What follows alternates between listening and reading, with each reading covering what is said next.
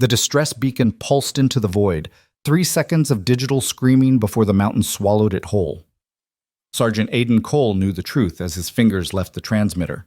Help was 90 minutes away.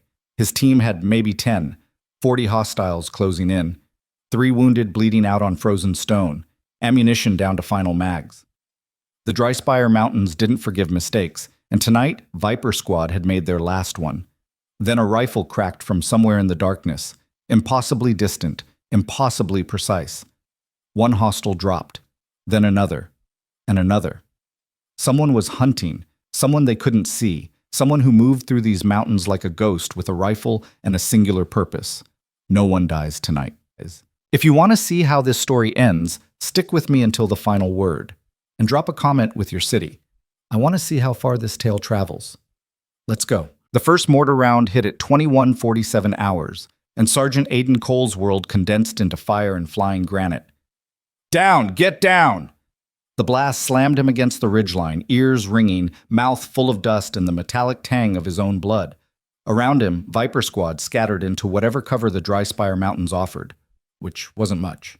Shallow depressions, loose rock, wind-carved stone that wouldn't stop a determined sneeze, let alone high explosive shells. Contact south! Corporal Maya Torres was already returning fire, her M4 spitting 3-round bursts toward muzzle flashes below. Multiple positions! I count at least... The second mortar silenced her mid-sentence. Aiden's head snapped around. Torres! She was down, not moving. Shrapnel had opened her leg from knee to hip, dark blood spreading too fast across the stone. Medic! Private Nolan Price scrambled toward her, his aid kit already out. Sergeant, You need to stay low. Aiden grabbed his collar, yanking him behind a boulder as automatic fire stitched the ground they'd just occupied. Harper, talk to me. Specialist Rachel Harper had the only thermal scope in the squad, a battered AN/PAS-13 that was probably older than she was. She'd gone prone on the ridge's highest point, the most exposed position, because that's what spotters did. They died first so everyone else could shoot straight. 40-plus hostiles. Harper's voice was steady, clinical, the calm of someone who'd already accepted the math. 3 teams. Western approach has a belt fed, probably PKM.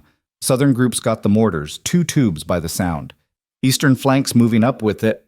Jesus, Sarge, they've got a technical, heavy MG. Aiden's mind raced through scenarios, discarded them all. No air support, not in this soup, no artillery. They were 40 clicks from anything friendly. No reinforcements. Cole. That was Staff Sergeant Marcus Webb, their second in command, voice tight with the kind of fear that came from seeing the board and knowing all the moves led to checkmate. We need to move. Now. Move where? Aiden gestured at the sheer drop behind them, the killing field below, the mountains that rose like walls on either side. They've got us boxed. We move, we die tired. We stay, we die certain. It wasn't wrong. The position was tactically indefensible, a shallow saddle between 2 peaks that they'd chosen because it was supposed to be a quiet observation post. Watch the valley, count trucks, report Nextville at dawn. Simple, except someone had been watching them watch the valley. Torres is bleeding out. Private First Class Kira Santos had taken over first aid, her hands slick with blood as she worked a tourniquet around what was left of Maya's leg.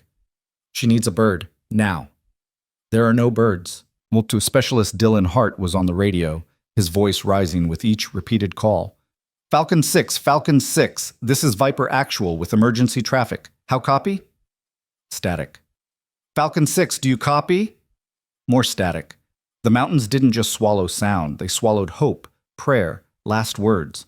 Another mortar round hit close enough that Aiden felt the heat. Rock fragments peppered his face. Someone was screaming. Might have been him. Ammo check, Webb's voice cut through the chaos. Sound off. 4 mags, Harper. 3, Santos.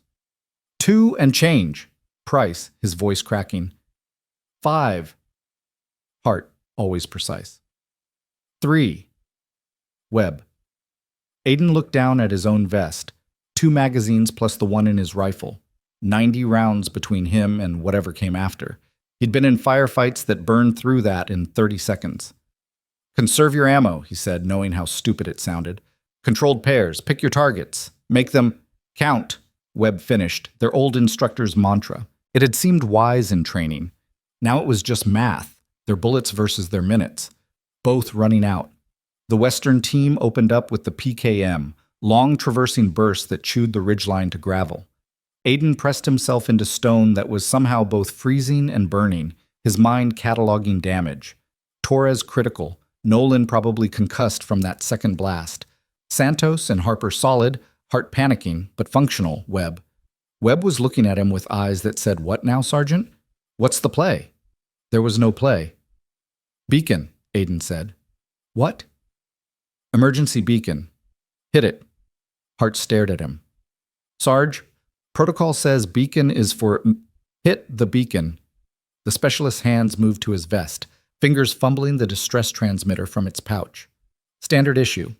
Satellite linked. Broadcast range of 600 miles, supposedly."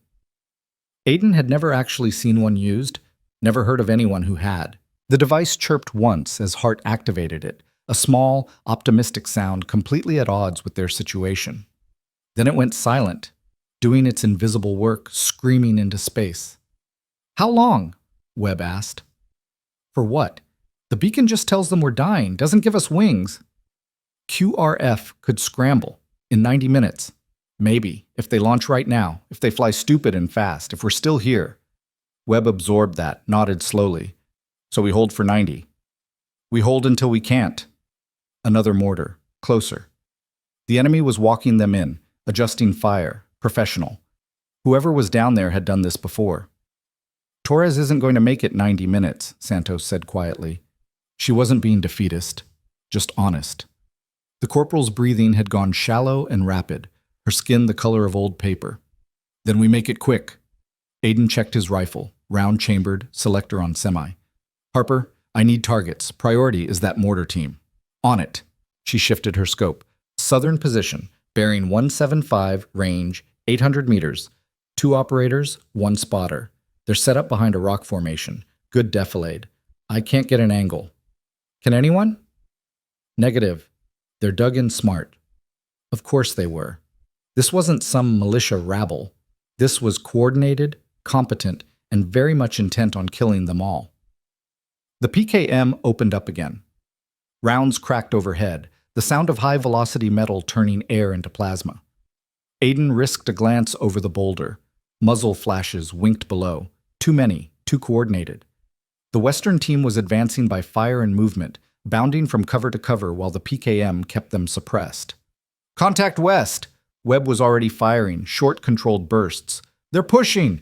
"Santos, get on that flank. Price, you're with her." "Sergeant, I can't leave Torres. She's stable or she's not. Move." They moved. Good soldiers, all of them, young, scared, competent. They followed orders even when those orders were probably going to get them killed. Harper's rifle barked, once, twice. "Western advance, 2 down. They're backing off." For now, Webb changed mags with practiced efficiency. "They'll try again, soften us up with mortars, then rush when we're rattled. Then we don't get rattled." "Aiden." Webb used his first name, which meant this was off the record. Personal. "We both know how this goes." "Yeah, we hold until QRF arrives." "And if they don't arrive in time?" Aiden met his eyes. "Then we hold anyway, because that's what we do." It was a good answer, command-worthy. It was also bullshit, and they both knew it. The truth was simpler and uglier. They were going to die on this ridge, and the only question was how many they could take with them. Another mortar round. This one hit left, spraying Santos and Price with rock fragments. Santos yelped, more surprise than pain, and returned fire blindly over her cover. "Discipline," Aiden shouted. "I see muzzle flash, you shoot, otherwise you're just making noise."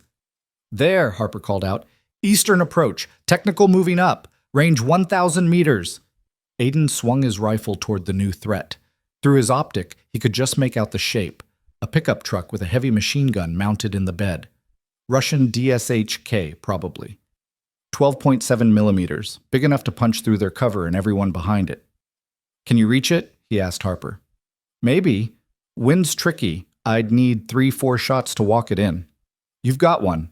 They get that technical positioned, we're done." She didn't argue, just adjusted her scope, controlled her breathing, and fired.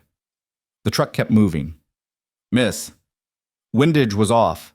Adjusting. The technicals gunner opened up. The sound was different from the PKM, deeper, slower, each round a thunderclap. Bullets the size of markers smashed into the ridge, blowing basketball-sized chunks out of solid rock. Cover! Hard cover! They scattered. Aiden threw himself behind a boulder that suddenly seemed very inadequate. The DSK walked its fire across their position with methodical precision, searching, probing, demolishing anything that might hide a human being. Harper fired again. The technical swerved but didn't stop. Damn it! She was furious, at herself, at the wind, at the universe. I can't.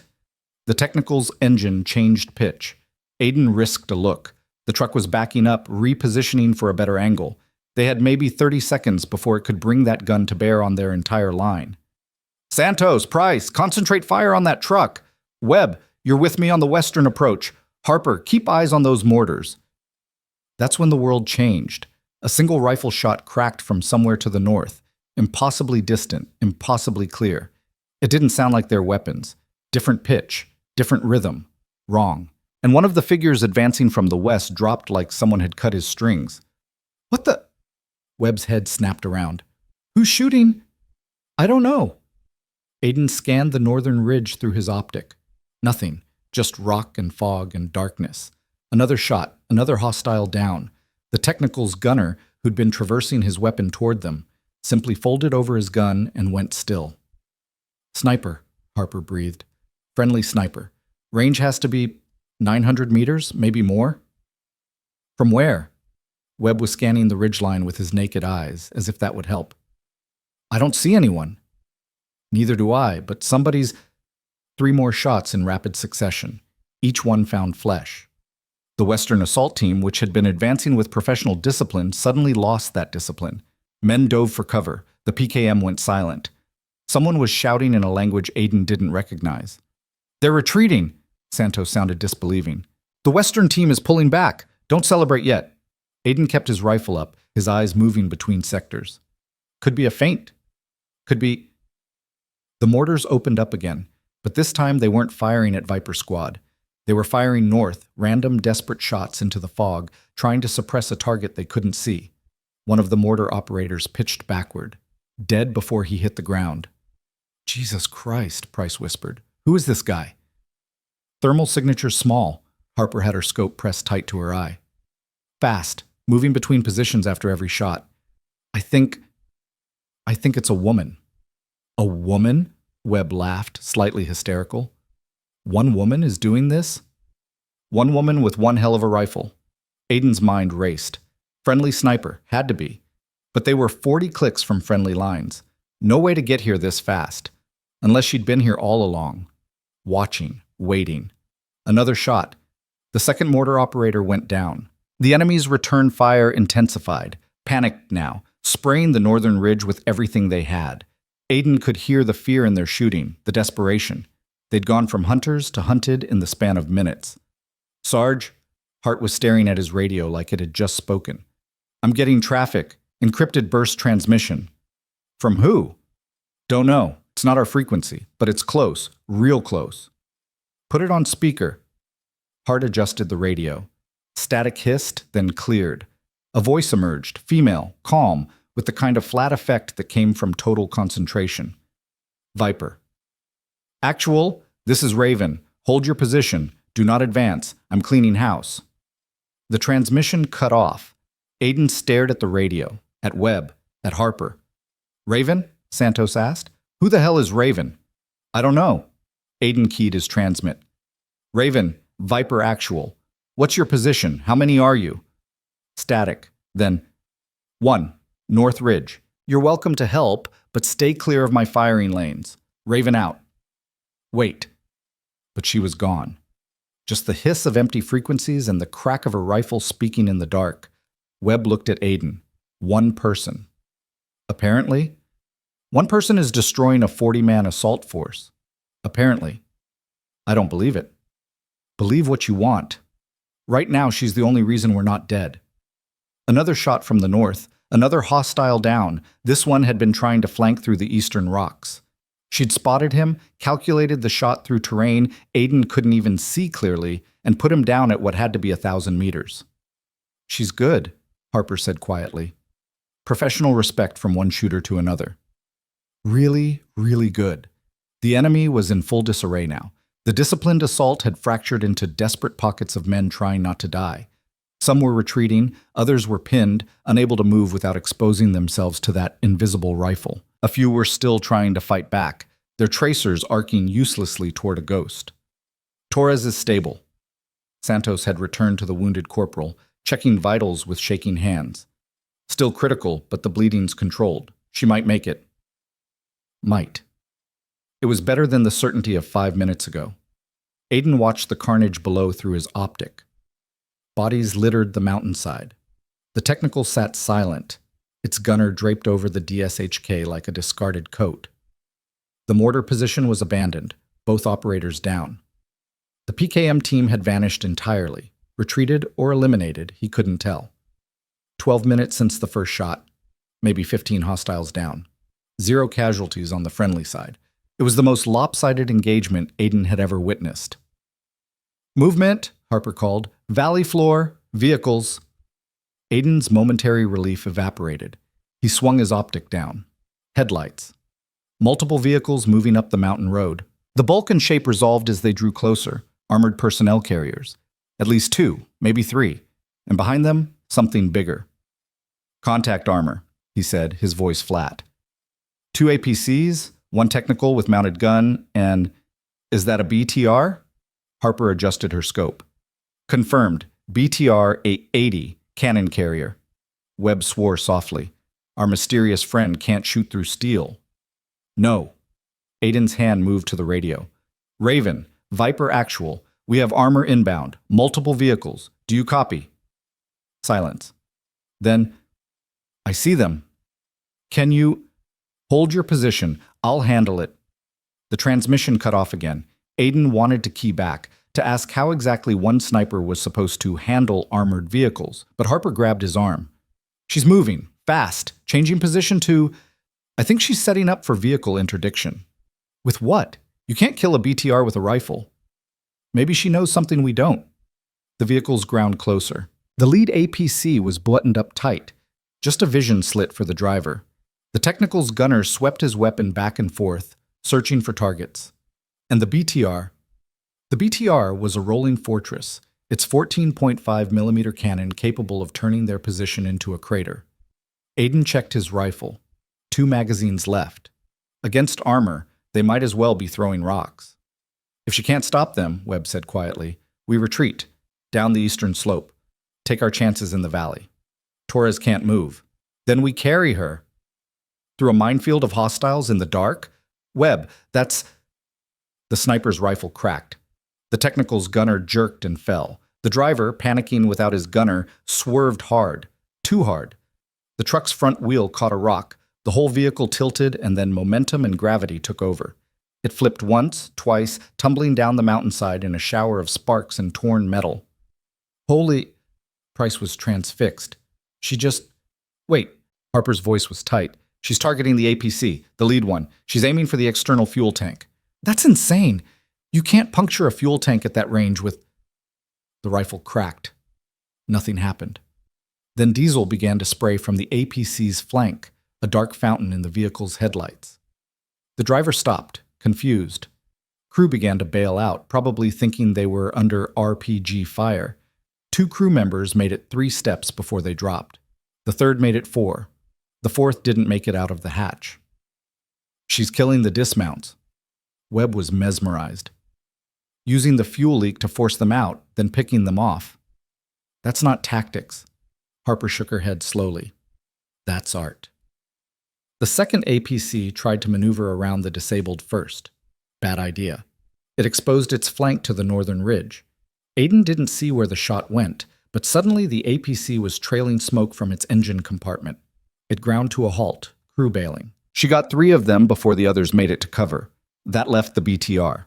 The armored carrier was still climbing, cannon swiveling, searching. Its commander stood exposed in the top hatch, shouting orders that Aiden could hear even at this distance. "She can't kill that." Webb stated it as fact. "Not with a rifle. The armor's too thick." The rifle cracked. The BTR's commander stopped shouting. Slowly, almost gently, he slumped forward over the hatch rim, blocking it from closing. The BTR ground to a halt, its crew unable to seal themselves inside, unwilling to expose themselves to retrieve their commander's body. "Unbelievable," Harper whispered. The remaining hostiles, maybe 20, maybe fewer, were in full retreat now. Smoke grenades popped, engines reversed. The disciplined assault force had become a mob fleeing an invisible executioner, and on the northern ridge, unseen, the sniper shifted to her next target. Aiden watched it all with a strange detachment. 5 minutes ago, they had been counting their last bullets. Now they were watching an entire enemy force disintegrate under precision fire from a single operator who moved like smoke and shot like lightning. "Who is she?" Santos asked, voicing what they were all thinking. "I don't know." Aiden keyed his radio. "Raven, Viper actual. Enemy is retreating. Nice work.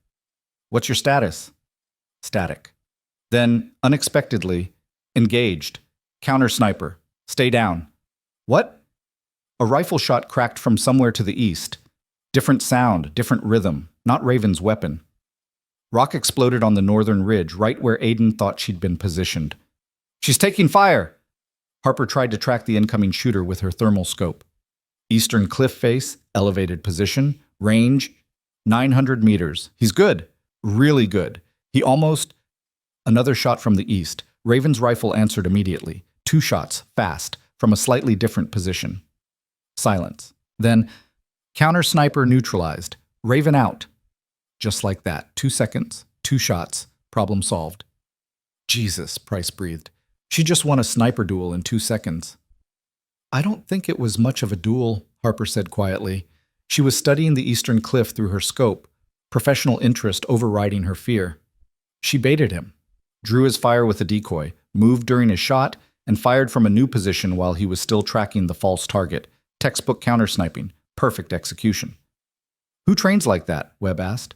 "Who shoots like that?" "Someone who's done it before," Aiden said. "Many times." The valley had gone quiet. No more mortars, no more machine gun fire, no more advancing infantry, just smoke and bodies and the wind moving through the dry Spire Mountains like it always had, indifferent to human violence. "Raven, Viper actual." Aiden's voice was steady now, calm. The fear had burned away, leaving something harder. "Are we clear?" "Affirmative. Enemy forces retreating. You're secure for now." "For now?" "Reinforcements are inbound. 15 minutes. Hold your position and render aid to your wounded." "Copy that." "Raven." "Thank you." Silence. Then softer. "You're welcome, Sergeant. Raven out." The radio went silent. Santos immediately returned to Torres, checking vitals, adjusting the tourniquet. Price helped, his hands steadier now that they weren't about to die. Hart was back on the command net, updating their status. Webb moved between positions, checking ammunition, securing the perimeter. Aiden stood and stared at the northern ridge. She was still up there, watching, waiting. "You think she'll come down?" Harper asked, appearing at his shoulder. "I don't know." "You think she's real? Not some, I don't know, drone or remote weapons system, or you saw the thermal signature. She's real. One woman, one rifle, against 40 trained hostiles and armored vehicles." "Aiden, that's not real. That's myth." "Myth just saved our lives." Harper didn't argue. They stood together in silence, watching the ridge, waiting for movement that never came.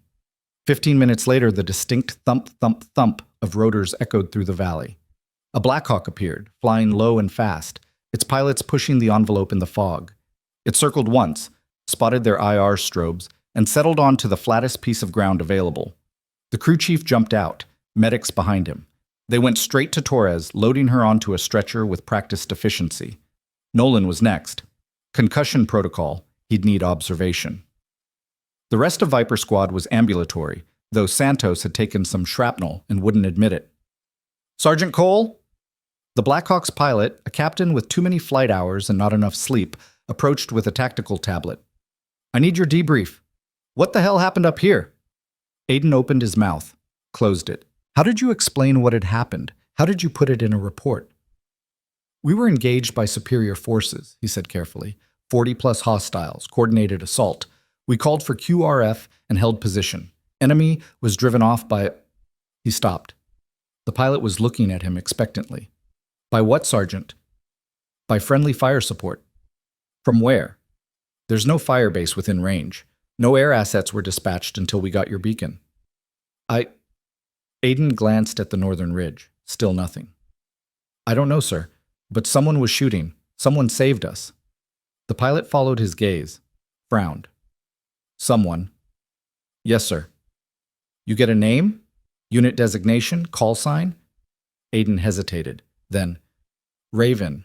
Call sign Raven. The pilot's expression didn't change, but something flickered in his eyes. Recognition? Surprise? It was gone before Aiden could read it. Raven, the pilot repeated flatly. Copy that. Get your people loaded, Sergeant. We're wheels up in 3. They loaded. Torres first, unconscious but stable. Then Nolan, arguing weakly that he was fine. Then the rest of Viper Squad, carrying their weapons and their wounded pride and the knowledge that they'd survived something they shouldn't have. Aiden was the last to board. He paused at the Blackhawk's door, turned and looked one more time at the northern ridge. And there, just for a moment, he saw a silhouette. Small, steady, rifle across her chest, watching them leave. He raised his hand, a small gesture. Acknowledgement. Thanks. Respect. The silhouette didn't move, didn't wave back, just stood there, a statue against the dawn sky. Then she turned and vanished into the rocks, like she'd never existed at all. Sergeant, the crew chief was waving him in. We gotta move. Aiden climbed aboard. The Blackhawk lifted, banking away from the ridge, leaving the Dry Spire Mountains and their ghosts behind. As they flew, Aiden noticed the pilot on the radio, encrypted channel, voice too low to hear over the rotors, but he caught a few words. Confirm. Raven was active. No visual contact. Yes, sir. Again. Understood. The pilot caught him listening and killed the transmission. Their eyes met. The pilot shook his head once, a clear message. Don't ask. Aiden didn't. 3 days later, at Forward Base Ironclad, Aiden sat across from a colonel whose name tag said Morrison and whose eyes said, I've seen things that would break you. Your report, Sergeant. Morrison slid a thin folder across the desk. Read it. Aiden read. It was his engagement report, but different, sanitized. The enemy force was there. 40 hostiles, armored support, coordinated assault. Viper Squad's defensive action was there. Held position under fire, sustained casualties, called for QRF. The outcome was there. Enemy routed, friendly forces recovered. What wasn't there? Raven. No mention of sniper support. No reference to long-range precision fire. No explanation for how 6 soldiers with dwindling ammunition had defeated 40 hostiles in armored vehicles. Just demonstrated exceptional tactical resilience under adverse conditions. Sir, Aiden looked up. This isn't what happened. It's what happened according to official record. Official record is wrong. Official record is classified and final. Morrison's voice didn't change, but his eyes hardened. Sergeant Cole, you did good work up there. You and your team showed courage and discipline under fire. You're being recommended for commendation. Take the win. What about Raven? There is no Raven. Sir, I spoke to her. On the radio. My whole team saw... Your team saw enemy forces retreating under fire, in the fog, at night, after sustaining casualties and operating under extreme stress. Morrison leaned forward.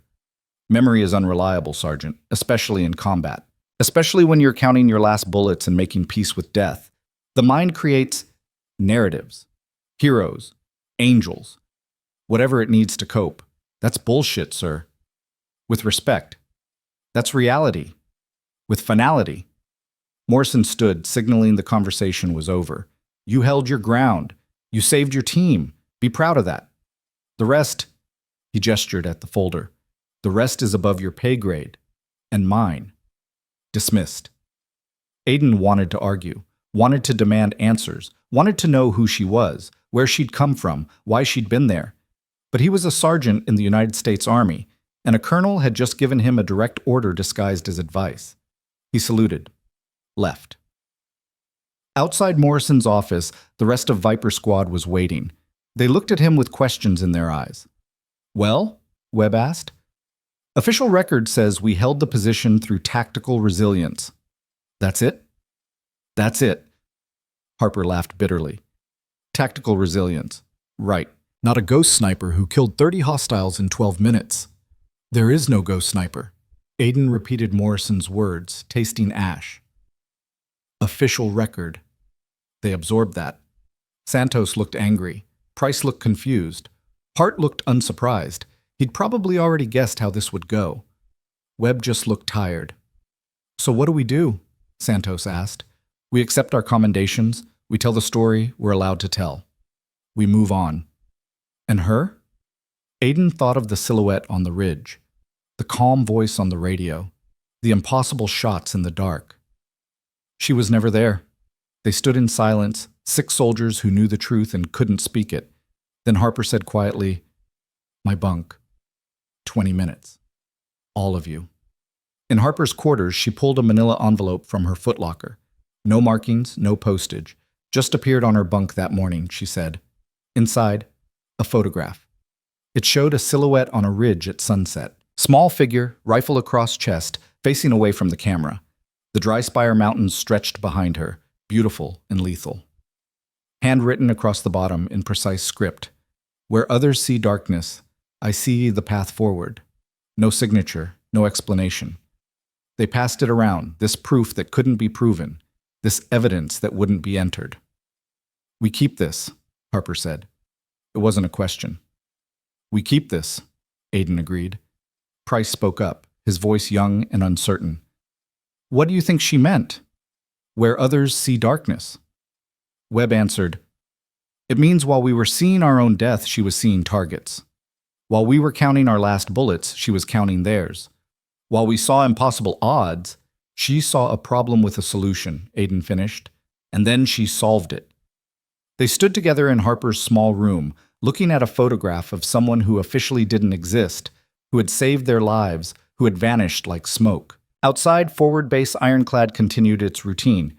Soldiers trained, officers briefed. The war went on, indifferent to small miracles on distant ridges. But Viper Squad remembered. And somewhere in the Dry Spire Mountains, a woman with a rifle moved through the dark, watching over battles she'd never get credit for, saving soldiers who'd never learn her name. Where others saw darkness, she saw the path forward, and as long as she was watching, no one would walk it alone. The photograph stayed in Harper's footlocker for exactly 16 hours before Lieutenant Colonel Morrison's office called her in.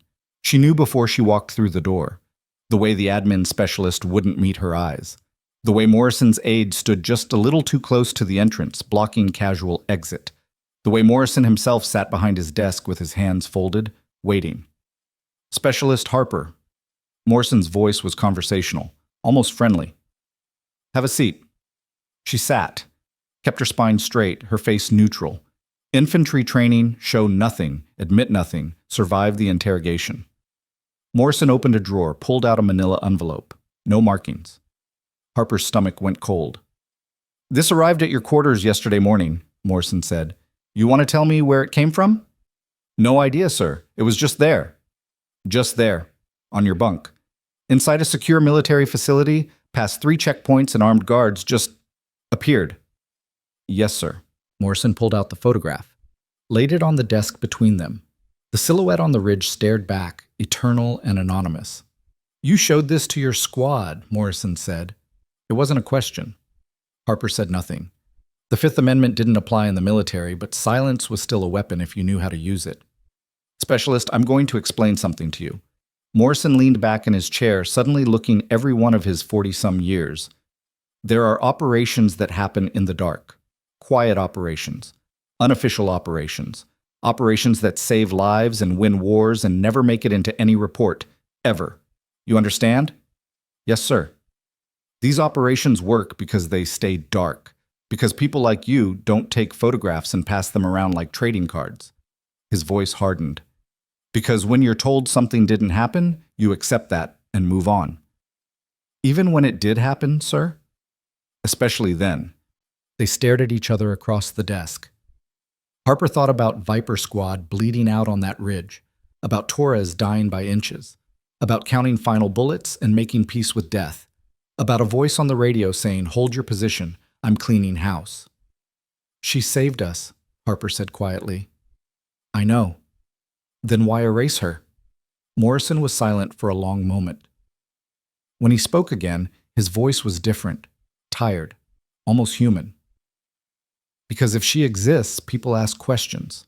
Where did she come from? Who trained her? Who gave the order? And those questions lead to other questions, which lead to programs that can't be exposed, to operations that would cause international incidents, to capabilities we can't acknowledge." He tapped the photograph. "She does her job because nobody knows she exists. The moment you make her real, you make her useless. Or worse, you make her a target." Harper absorbed that. "So we pretend we saved ourselves. You held your ground against superior forces. That's not pretending. That's fact." "We held for 12 minutes. Then she showed up. Then you got lucky with enemy morale. Happens sometimes in combat." Morrison stood, signaling the conversation was ending. "This photograph gets destroyed. You tell your squad to forget what they saw. This conversation never happened. Are we clear?" Harper wanted to argue, wanted to demand that the woman who'd saved their lives get the recognition she deserved, wanted to tell Morrison that erasing heroes was a special kind of evil, but she was a specialist talking to a lieutenant colonel, and the game was rigged from the start. "Crystal clear, sir," Morrison nodded, picked up the photograph, fed it into a shredder beside his desk. The machine chewed it to confetti in 3 seconds. "Dismissed."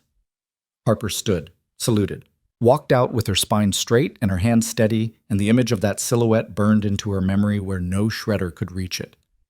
Outside, Sergeant Cole was waiting. He took one look at her face and knew. They took it. Destroyed it, right in front of me. And we're supposed to forget, move on, accept our commendations for tactical resilience, and shut up about ghost snipers who don't exist. Cole's jaw tightened. "You tell the others?" "Not yet. Figured I'd let them have one more day believing the truth matters." They walked in silence through the base, past soldiers who hadn't almost died, past officers who didn't have to erase heroes to keep secrets safe. The late afternoon sun turned everything golden and peaceful, which felt like an insult. "You think she knows?" Harper asked. "That they're erasing her?" "I think she doesn't care. I think she knew before she pulled that trigger that nobody would ever know her name." Cole stopped walking. "And she did it anyway." That was the part that haunted Harper. Not the impossible shots, not the tactical genius, the simple fact that someone could save 6 lives and disappear without needing credit, recognition, or even acknowledgement. What kind of person did that? What kind of training created someone who could operate completely alone, completely anonymous, completely content to be erased? "Sergeant Cole, Specialist Harper." They both turned. A Captain Harper didn't recognize was approaching. Mid-30s, nondescript face, the kind of officer who blended into backgrounds at official functions. His uniform was perfectly regulation, but somehow forgettable. His name tape said Richards, but his eyes said something else entirely. "Sir." Cole came to attention. Harper followed. "At ease. Walk with me." Richards didn't wait for acknowledgement, just started moving toward the perimeter. They followed because that's what you did when captains gave informal orders that weren't really informal. Richards led them to a quiet corner of the base, near the vehicle depot, where the diesel engine noise would cover conversation. He lit a cigarette, against regulations, but nobody was around to care. "You've been asking about Raven," Richards said. Harper and Cole exchanged glances. Cole answered carefully. "Sir, we were told—" "You were told she doesn't exist. That's true. Officially." Richards took a long drag. "Unofficially, she's been active in this theater for 18 months. 12 confirmed interventions.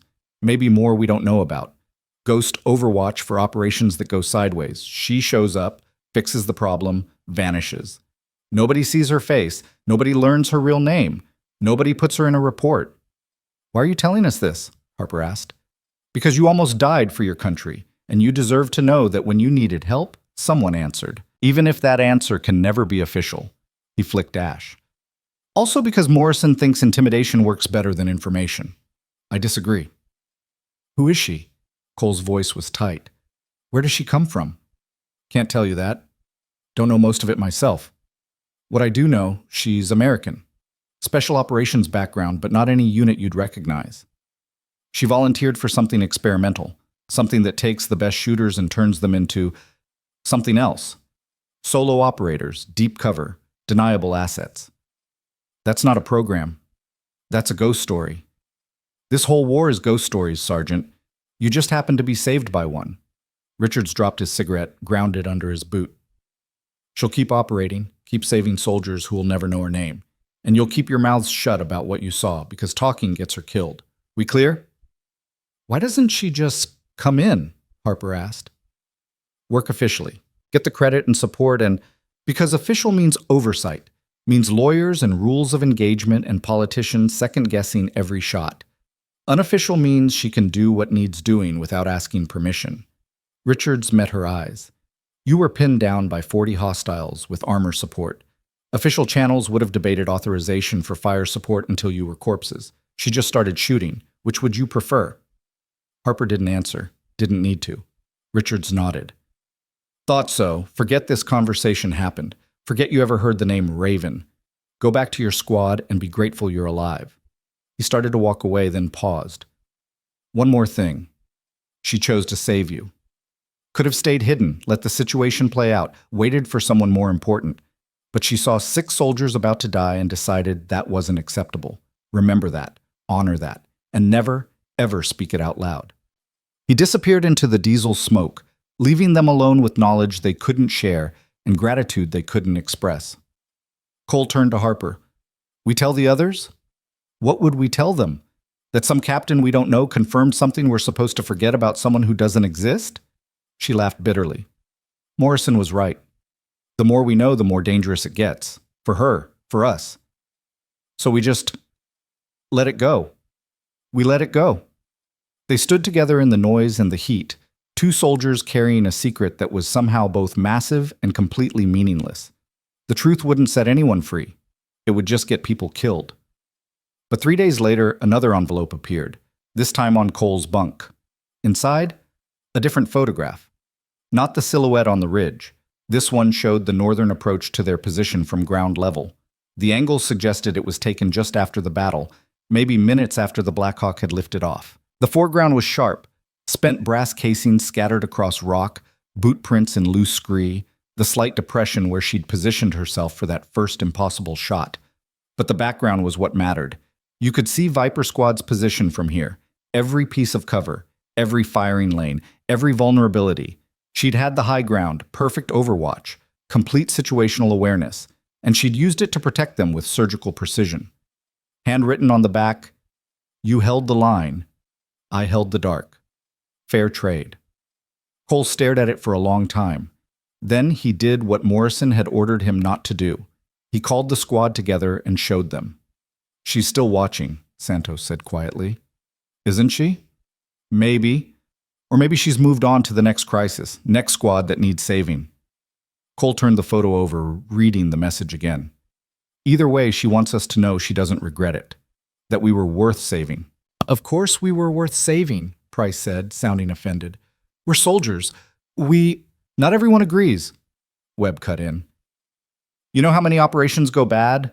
How many squads get left behind because extraction is too risky or politically complicated? Command makes calculations. Cost versus benefit. Sometimes the math doesn't work in your favor. He looked at the photo. She didn't do math. She just saw soldiers in trouble and fixed it. Harper was studying the brass casings in the image. Anyone notice these are match grade?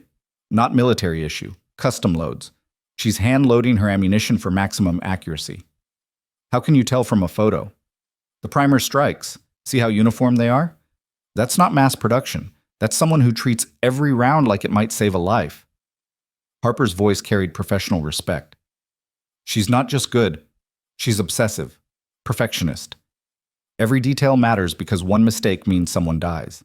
Torres spoke for the first time since getting out of medical. Her leg was still heavily bandaged, but she'd insisted on being present. We should find her. Thank her. She saved my life specifically. I would have bled out if she hadn't bought time for the medics. We can't find her. Cole said it gently, but firmly. That's the point. She stays hidden because hidden keeps her effective. We go looking, we compromise her, And next time some squad needs saving, she won't be there because we couldn't let it go.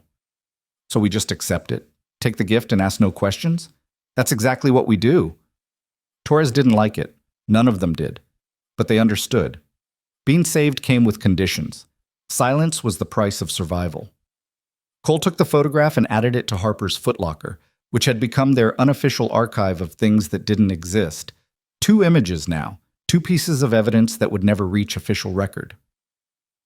"We keep these hidden," he said. "No one outside this room sees them. If Morrison comes sniffing around again, we know nothing. Agreed?" 6 voices. Agreed. They dispersed back to their duties: equipment maintenance, training rotations, the endless bureaucratic grind of military life. But something had changed. They moved differently now, looked at the mountains differently, understood that the dark held more than just enemies. That night, Cole couldn't sleep. He stood outside the barracks in the cold, looking north toward the Dry Spire Mountains. Somewhere out there, maybe she was watching. Maybe she was gone. Maybe she was saving someone else who'd never know her name. "Sergeant?" He turned. Morrison stood in the shadows, coffee mug in hand, looking almost human in the dim light. "Sir?" "Can't sleep either?" Morrison joined him at the railing. "I remember my first real firefight. Couldn't close my eyes for a week without seeing it." "That obvious?" "You're standing alone in the dark staring at mountains. Either you can't sleep or you're planning to desert." Morrison sipped his coffee. Another envelope showed up. Cole's stomach dropped. "Sir, Relax. I'm not here to confiscate it." Morrison was quiet for a moment. "You know what the worst part of my job is, Sergeant? Not the paperwork. Not the politics. It's having to erase the people who deserve recognition most. The ones who operate in the dark doing impossible things with no support and no acknowledgement." "Then why do it?" "Because that's what keeps them alive. Recognition means exposure. Exposure means compromise. Compromise means they stop being effective or they end up dead." Morrison set his mug on the railing. "You want to honor her? Fine. Keep her secret. That's the tribute she'd actually want." "How do you know what she wants?" "Because I read the after-action reports. All of them. Every intervention she's made in 18 months. And you know what she never does? She never makes contact afterward, never asks for debrief, never requests acknowledgement. She completes mission and disappears. That tells me everything about what she values." Cole thought about the photographs, the messages. "She contacted us." "No, she sent you proof of what you already knew. That's different. She's not looking for gratitude. She's reminding you that you're not crazy, that what happened was real. That's a gift, Sergeant. Don't waste it by trying to dig deeper." They stood in silence, 2 soldiers on different rungs of the same broken ladder, both protecting a woman they'd never meet from a system that wanted to pretend she didn't exist. "Permission to speak freely, sir?" "Granted." "This is messed up. She saves lives and we have to pretend it didn't happen. That's not right." "No, it's not, but it's necessary." Morrison picked up his mug. "You think the enemy doesn't have intelligence services? Doesn't monitor our communications and reports? The moment we acknowledge her officially, she becomes a priority target. Every hostile force in theater starts hunting her, and she can't exactly call for backup if they find her. She handled 40 hostiles alone, because they didn't know she was there until she started shooting. Surprise is her biggest weapon. Take that away, and she's just one person with a rifle against armies." Morrison started toward the barracks, then stopped. "She chose this life, Sergeant. Chose anonymity. Chose the dark. Honor that choice by keeping her secret." He disappeared inside, leaving Cole alone with the mountains and the stars, and the knowledge that heroism sometimes meant never being recognized as a hero. The next morning brought routine. Formation, briefing, equipment checks. Viper Squad moved through it mechanically, their bodies present but their minds elsewhere, until the briefing officer mentioned the Dry Spire Mountains. "Intelligence indicates enemy forces have withdrawn from the northern sector.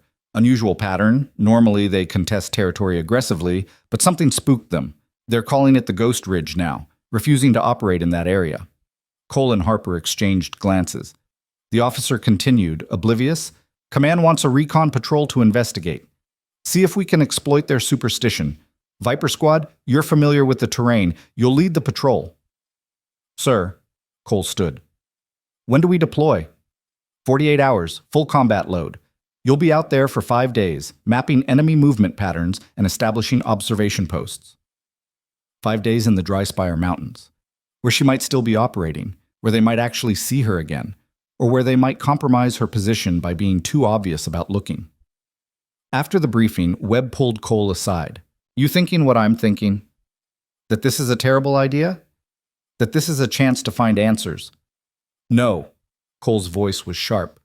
We go out there, we do the mission, we keep our heads down. We don't go looking for her. We don't compromise her position. We don't get curious. Clear? Webb looked like he wanted to argue. Then he saw Cole's expression and nodded reluctantly. Clear. But clear and easy were different things.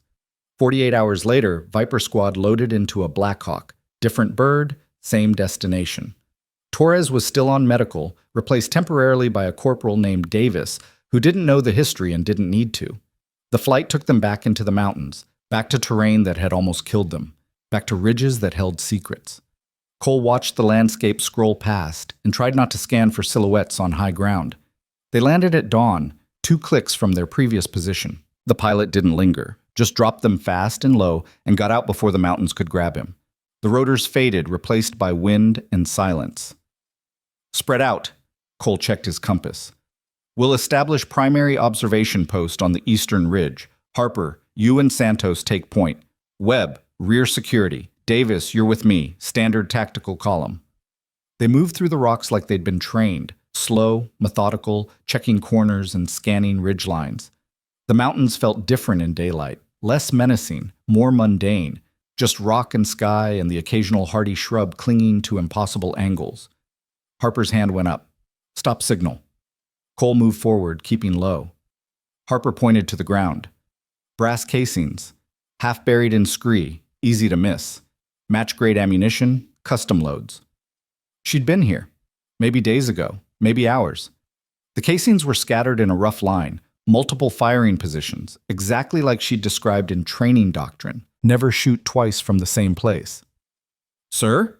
Davis was looking at the casings with confusion. These aren't ours. Wrong caliber. Who else is operating out here? Residual from the battle, Cole lied smoothly. Enemy sniper. We took him out. With what? We were pinned down. Air support. I thought there was no air support. That's why... Davis. Webb's voice carried warning. Focus on your sector. Stop asking questions. The corporal looked between them, clearly sensing something wrong, but he was smart enough to drop it. They continued moving, found more evidence of her presence, boot prints in soft earth, barely visible, rock scraped clean where she'd rested her rifle, a shallow depression where she'd gone prone for extended observation. Harper knelt beside the depression, measuring angles with her compass.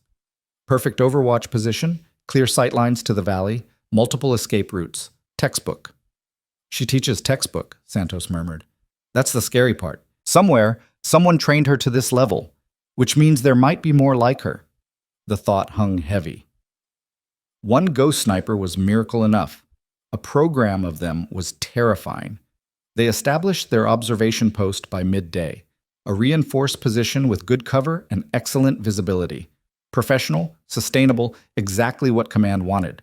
Cole assigned watch rotations, set communication schedules, prepared for 5 days of watching and waiting. The first night was quiet. Too quiet. Cole lay in his sleeping bag staring at stars that were somehow brighter up here, away from baselights and civilization. He found himself listening for sounds that wouldn't come. The crack of a distant rifle, the whisper of movement on stone. A voice on unauthorized frequencies saying, "Hold your position." Nothing. Day 2 brought the same. They rotated watches, logged vehicle movements in the valley below, sent encrypted reports to command. Professional, routine, boring. Day 3. Santos spotted movement on the northern ridge. Contact. Single individual. Range, 1,500 meters. She had the spotting scope pressed tight. Moving, slow, deliberate, checking the terrain. Cole felt his pulse quicken. Details. Small build, light pack, carrying, can't tell. Maybe a rifle case? Santos adjusted focus. Wait, they're stopping. Looking this way. Can you see a face? Negative, too far, but they're definitely observing our position. Harper was already on her rifle, scope trained on the figure. I've got them. Should I? No. Cole's hand pressed her barrel down. Stand down. They're not hostile. How do you know? Because if they were hostile, we'd already be dead. They watched the figure on the ridge, motionless now, a statue against the sky. Then, slowly, deliberately, the figure raised one hand, just a small gesture, acknowledgement, and vanished behind the rocks. What the hell was that? Davis demanded. Who was that? Scout, Webb said quickly. Friendly scout, checking our position. What scout? We're the only patrol in this sector. Special operations. They don't always coordinate. Webb's lie was smooth, practiced. Focus on your sector, Corporal. But Davis wasn't stupid. He looked between Cole, Harper, Santos, and Webb, saw the tension, the recognition, the shared knowledge. You know who that was. Silence. Sergeant Cole. Sir, you know who that was, and you're not telling me. Cole made a decision. Corporal Davis, you want the truth? Yes, sir. The truth is, we don't know. We think we know. We hope we know. But officially, definitively, we don't know. And more importantly, we don't ask. Because asking gets people killed. You understand? Davis processed that. That was her, wasn't it? The one who saved you. The ghost sniper everyone pretends doesn't exist. What ghost sniper? Cole's voice was flat. There is no ghost sniper. Official record says we held our ground through tactical resilience. That's what happened. That's what you'll say happened if anyone asks. But no buts, no questions, no investigation. You saw a scout, that's all. You write it in your log as unidentified friendly, if you write it at all, and you forget about it the moment we leave these mountains. Davis looked like he wanted to argue. Then he saw the absolute certainty in Cole's expression and nodded slowly. Understood, sir. That night, Cole took first watch, sat in the dark with his rifle and his thoughts and his eyes on the northern ridge. She was still out there, still watching, still protecting. And they would never speak, never meet, never acknowledge what had passed between them except in anonymous photographs and brief glimpses across impossible distances. It should have felt wrong, incomplete, unsatisfying. Instead, it felt exactly right. Some debts couldn't be repaid, some gratitude couldn't be expressed. Some heroes operated best in the dark, unknown and unacknowledged, doing impossible work for people who would never learn their names. Cole understood that now. On their fifth day, as they prepared to extract, Harper found one final piece of evidence, a small cairn of stones arranged on the ridge. Not natural, deliberately placed. Inside, wrapped in waterproof fabric, another note. You came back. Good. The mountains remember courage. So do I. Stay safe. Stay sharp. The dark is always watching. Our Harper showed it to the others. They read it in silence, this final message from someone who didn't exist, acknowledging soldiers she'd never officially saved. We keep this one too? Santos asked. We keep this one too, Cole confirmed. They broke down their observation post, policed their brass, erased signs of their presence. Professional soldiers covering their tracks. When the Black Hawk came to extract them, they loaded efficiently and lifted off without ceremony. As they climbed away from the mountains, Cole looked down one last time. And there, barely visible, against the stone, a silhouette stood watching them go. He didn't wave, didn't signal, just watched in return. This silent communion between soldiers who understood that some bonds transcended recognition. The silhouette turned and disappeared into the rocks. Viper Squad flew home carrying secrets they'd never share, and gratitude they'd never express, and the absolute certainty that somewhere in the dark, someone was watching over soldiers who needed saving. The official report mentioned unidentified friendly scout. Command didn't ask questions. Morrison read it, nodded once, and filed it away with all the other truths that couldn't be spoken. And in the Dry Spire Mountains, a woman with a rifle moved to her next position, scanning for the next crisis, waiting for the next call that wouldn't come through official channels, but would reach her anyway. Because that's what ghosts did. They watched, they waited, they saved, and they never ever asked for recognition. The Black Hawk was still 30 seconds from touching down at Forward Base Ironclad when Cole's radio crackled with emergency traffic. All units, this is Falcon 6 Actual. We have troops in contact, Sector 7-9er. Multiple casualties. QRF is spinning up now. Viper Actual. Divert immediately to Sector 7-9er for reinforcement. Cole keyed his mic. Falcon 6, Viper Actual. We just completed a 5-day patrol. My squad needs resupply and… Negative, Viper. Grizzly Company walked into an ambush. 30 soldiers pinned down. KIA and WIA mounting. Your closest asset. Divert now. The pilot was already banking hard, not waiting for Cole's confirmation. Through the window, Cole could see the forward base receding, replaced by mountains and valleys and the smoke of distant battle. What's our ETA? Cole asked. 12 minutes, the pilot shouted over the rotors. But I can't land hot. You'll have to fast rope in. Webb was already checking his gear. Fast rope into an active ambush. Great. Love that for us. Harper pulled extra magazines from her pack, redistributing ammunition. Santos checked her aid kit. Price looked pale but determined. Davis, the new corporal, was trying to control his breathing and failing. Listen up, Cole's voice cut through the cabin noise. Grizzly Company is good soldiers. If they're pinned, the enemy is professional and entrenched. We go in, we locate friendly positions, we provide covering fire and facilitate tactical withdrawal. We do not play hero. We do not take unnecessary risks. We get our people out. Clear? 5 voices. Clear. Davis said nothing. He was staring at his rifle like it might turn into a snake. Davis. Cole moved closer. You good? First real combat, sir. The observation post was just watching. And now it's shooting. You'll be fine. Stay close to Webb. Do what he does. You'll get through this. The corporal nodded, not looking convinced. The valley appeared below, and with it, the battle. Tracer fire arced across broken terrain. Mortar rounds walked through a narrow defile where Grizzly Company was trapped. The enemy had high ground on 3 sides, textbook kill box, pouring fire into soldiers who had nowhere to go. That's bad, the pilot said, which was military understatement for we're about to fly into hell. Can you get us close? Cole asked. Define close. Close enough that we don't get shot on the way down. No promises. The pilot dove, using terrain to mask their approach. The Blackhawks shuddered as they went low and fast, trading altitude for survival. 30 seconds. Get on the ropes. They clipped in. The crew chief kicked the fast ropes out the door. 60 feet of braided nylon dropped toward broken stone and enemy fire. Go! Go! Go! Harper went first, disappeared out the door like she'd done it 1,000 times. Santos followed, then Price. Then Davis, who hesitated for half a second before Webb literally pushed him out. Cole went last. Grabbed the rope, felt the familiar burn through his gloves as he dropped. The ground rushed up. He hit hard, rolled, came up with his rifle already scanning for threats. The Black Hawk was already climbing away, rotors screaming, taking fire from at least 3 positions. A tracer round punched through the tail boom. The bird wobbled but kept flying, disappearing over the ridge.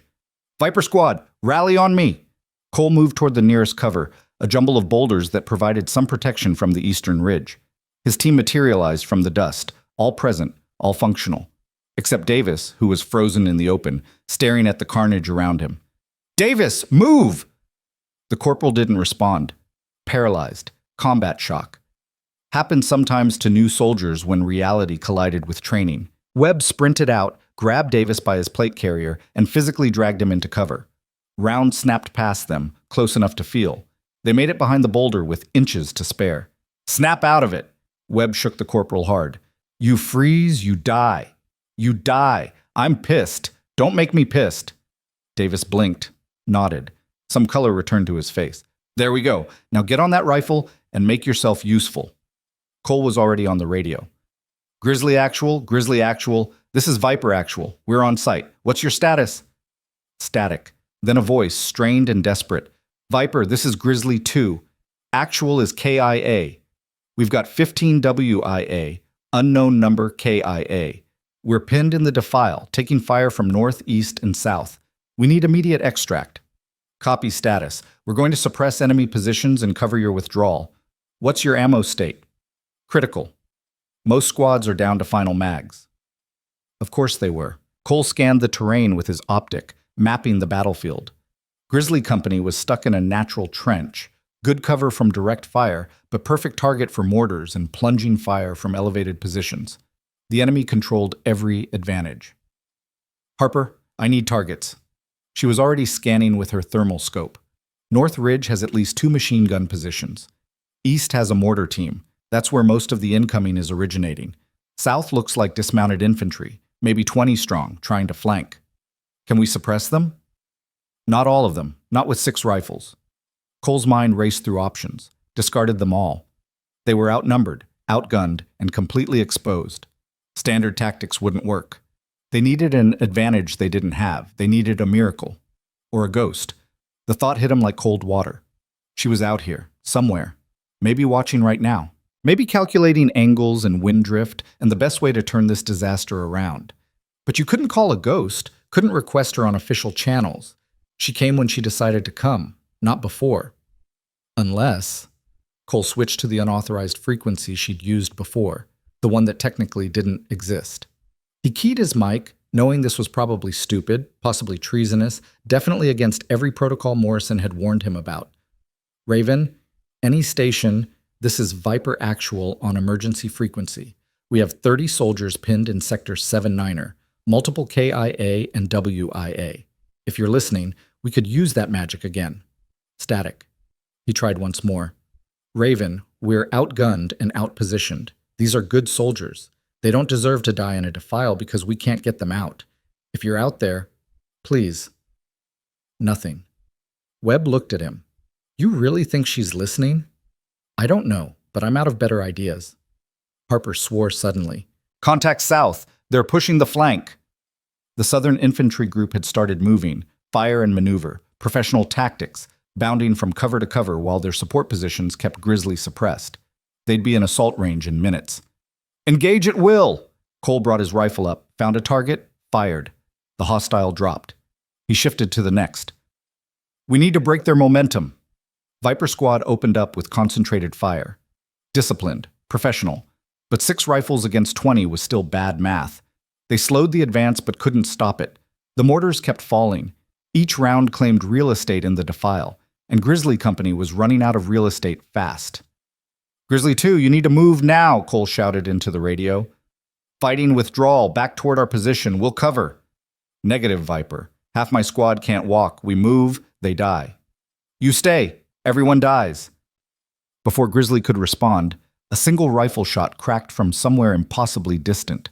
The northern machine gunner, the one who'd been hammering Grizzly's position for the last 10 minutes, went silent. Just stopped. Completely.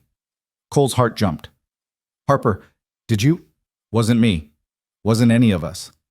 Another shot. The second northern machine gun position went quiet. She's here, Santos breathed. She heard you. Cole switched back to the unauthorized frequency. Raven, Viper Actual, good shooting. What do you need from us? The response came immediately, her voice calm and clinical. Hold the southern advance. I'll clear the high ground. Extract Grizzly when I signal. Raven out. That was it. No questions. No coordination. Just a plan delivered with absolute confidence. You heard the woman. Cole shifted his fire to the southern group. Light them up. Don't let them close. Viper Squad concentrated their fire. The southern advance stalled, hostiles diving for cover as precision shots found flesh. Davis was firing now too, his paralysis broken by necessity and the simple fact that his friends needed him. On the high ground, the invisible sniper went to work. The Eastern Mortar team, the one causing the most damage, took 3 rounds in rapid succession. First the spotters, then the gun crew. Then someone must have tried to run because there was a 4th shot, and after that, silence. Harper was tracking it all through her thermal scope, watching a masterclass in long-range elimination. She's moving between positions, never shoots twice from the same place. I can barely track her movement, and I know where to look. Another shot. A hostile officer on the southern flank, the one coordinating their assault, collapsed mid-gesture. The advance lost cohesion immediately, soldiers uncertain without leadership. Cole seized the opportunity. Grizzly 2, this is Viper. Start moving your wounded back, now, while they're confused. Copy. Moving now. Through his optic, Cole watched Grizzly Company begin their withdrawal. Slow, painful. Soldiers carrying soldiers, every movement bought with pain and blood and determination. They were exposed, vulnerable, perfect targets, but nobody shot them.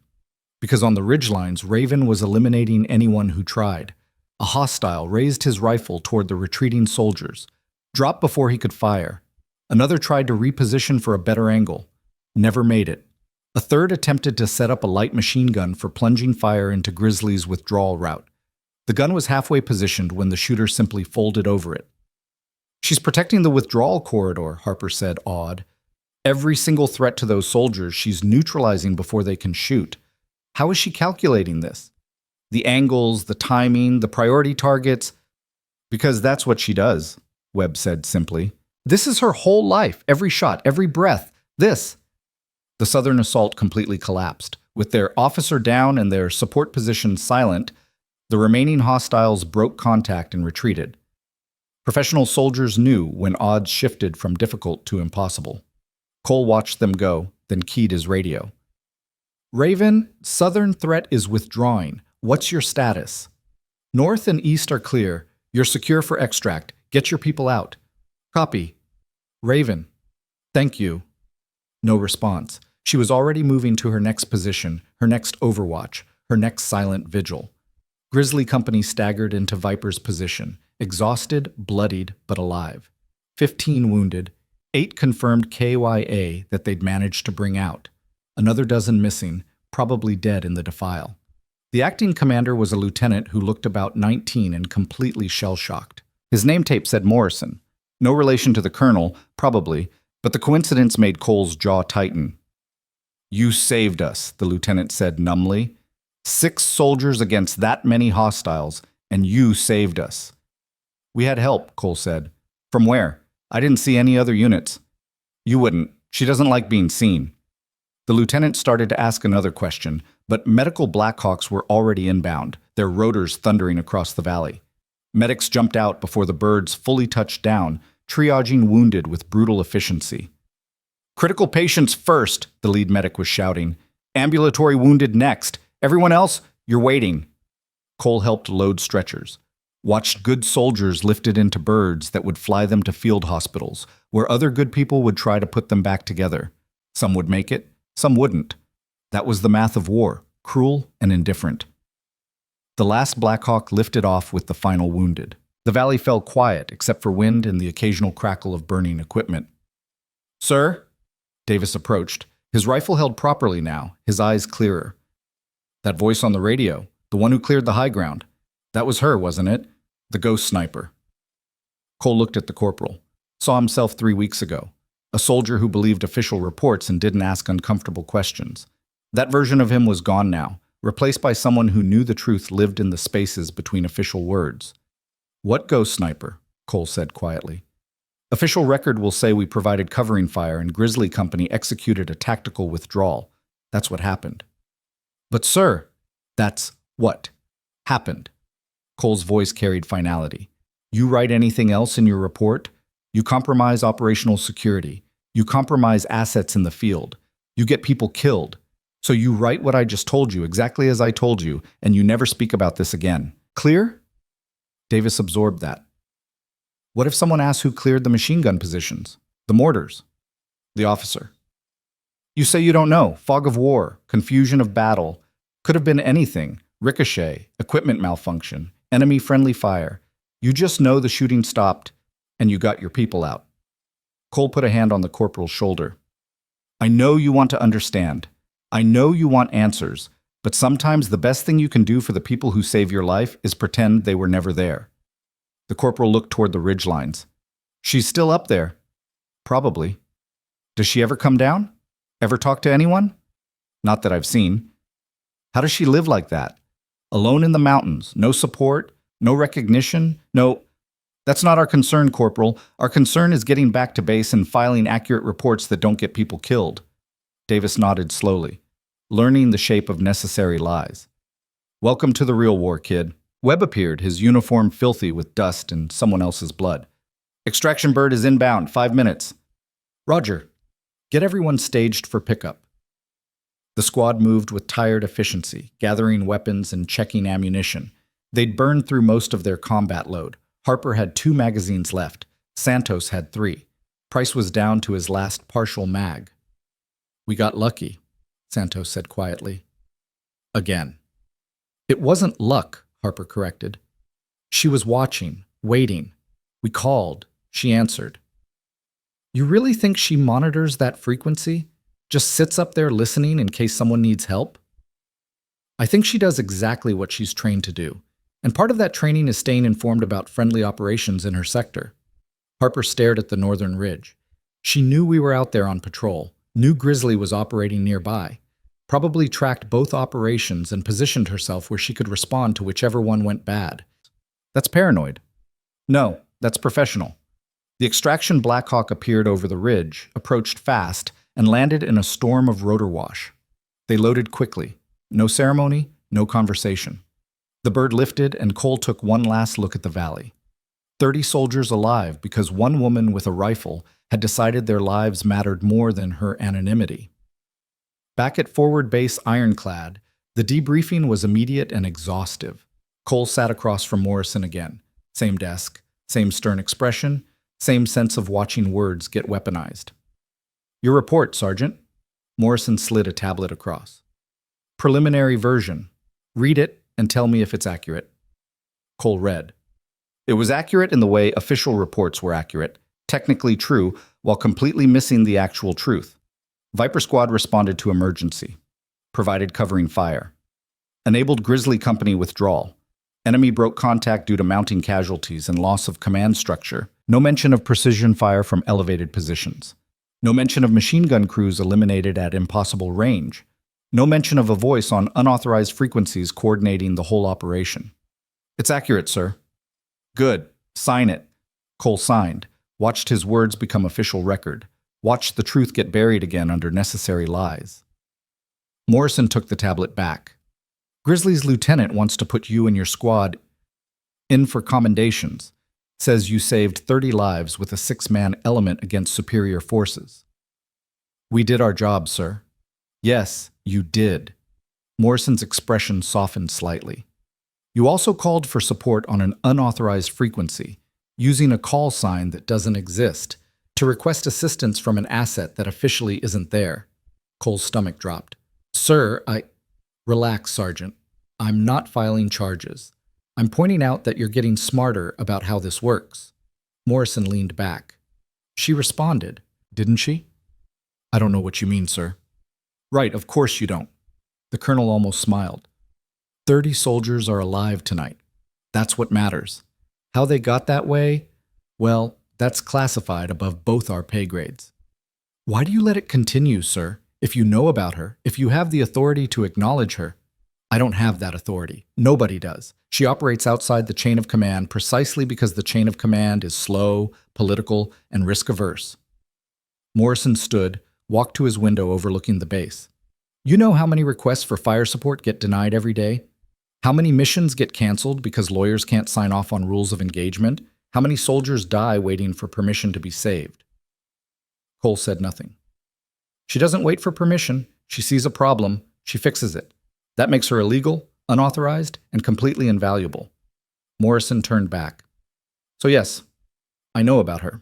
Yes, I protect her. And yes, I bury every piece of evidence that might expose her. Because the moment she's official, she's useless. You understand? I understand, sir. Do you? Because you used an emergency frequency to call her. That frequency is monitored by intelligence, by command, by people who would very much like to know who's using it. Cole's blood went cold. Sir, I didn't think... No, you didn't.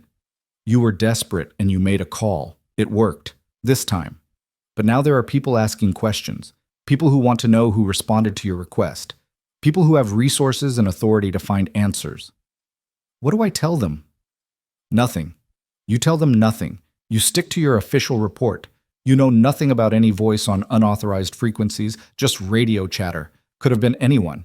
Confusion of battle. Morrison's voice hardened. And you never ever use that frequency again. You compromised her once. Don't do it twice. But what if another unit needs help? What if soldiers are dying?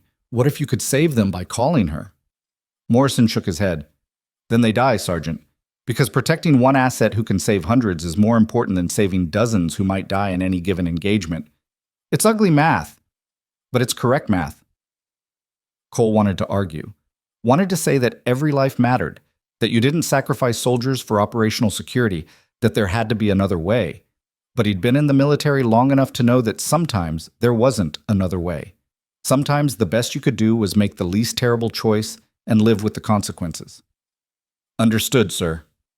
Good. Dismissed. Cole stood, saluted. Reached the door before Morrison spoke again. Sergeant, off the record. Cole turned. She's been active for 18 months. In that time, she's intervened in 14 engagements, saved an estimated 200 soldiers. 0 friendly casualties during her interventions. 0.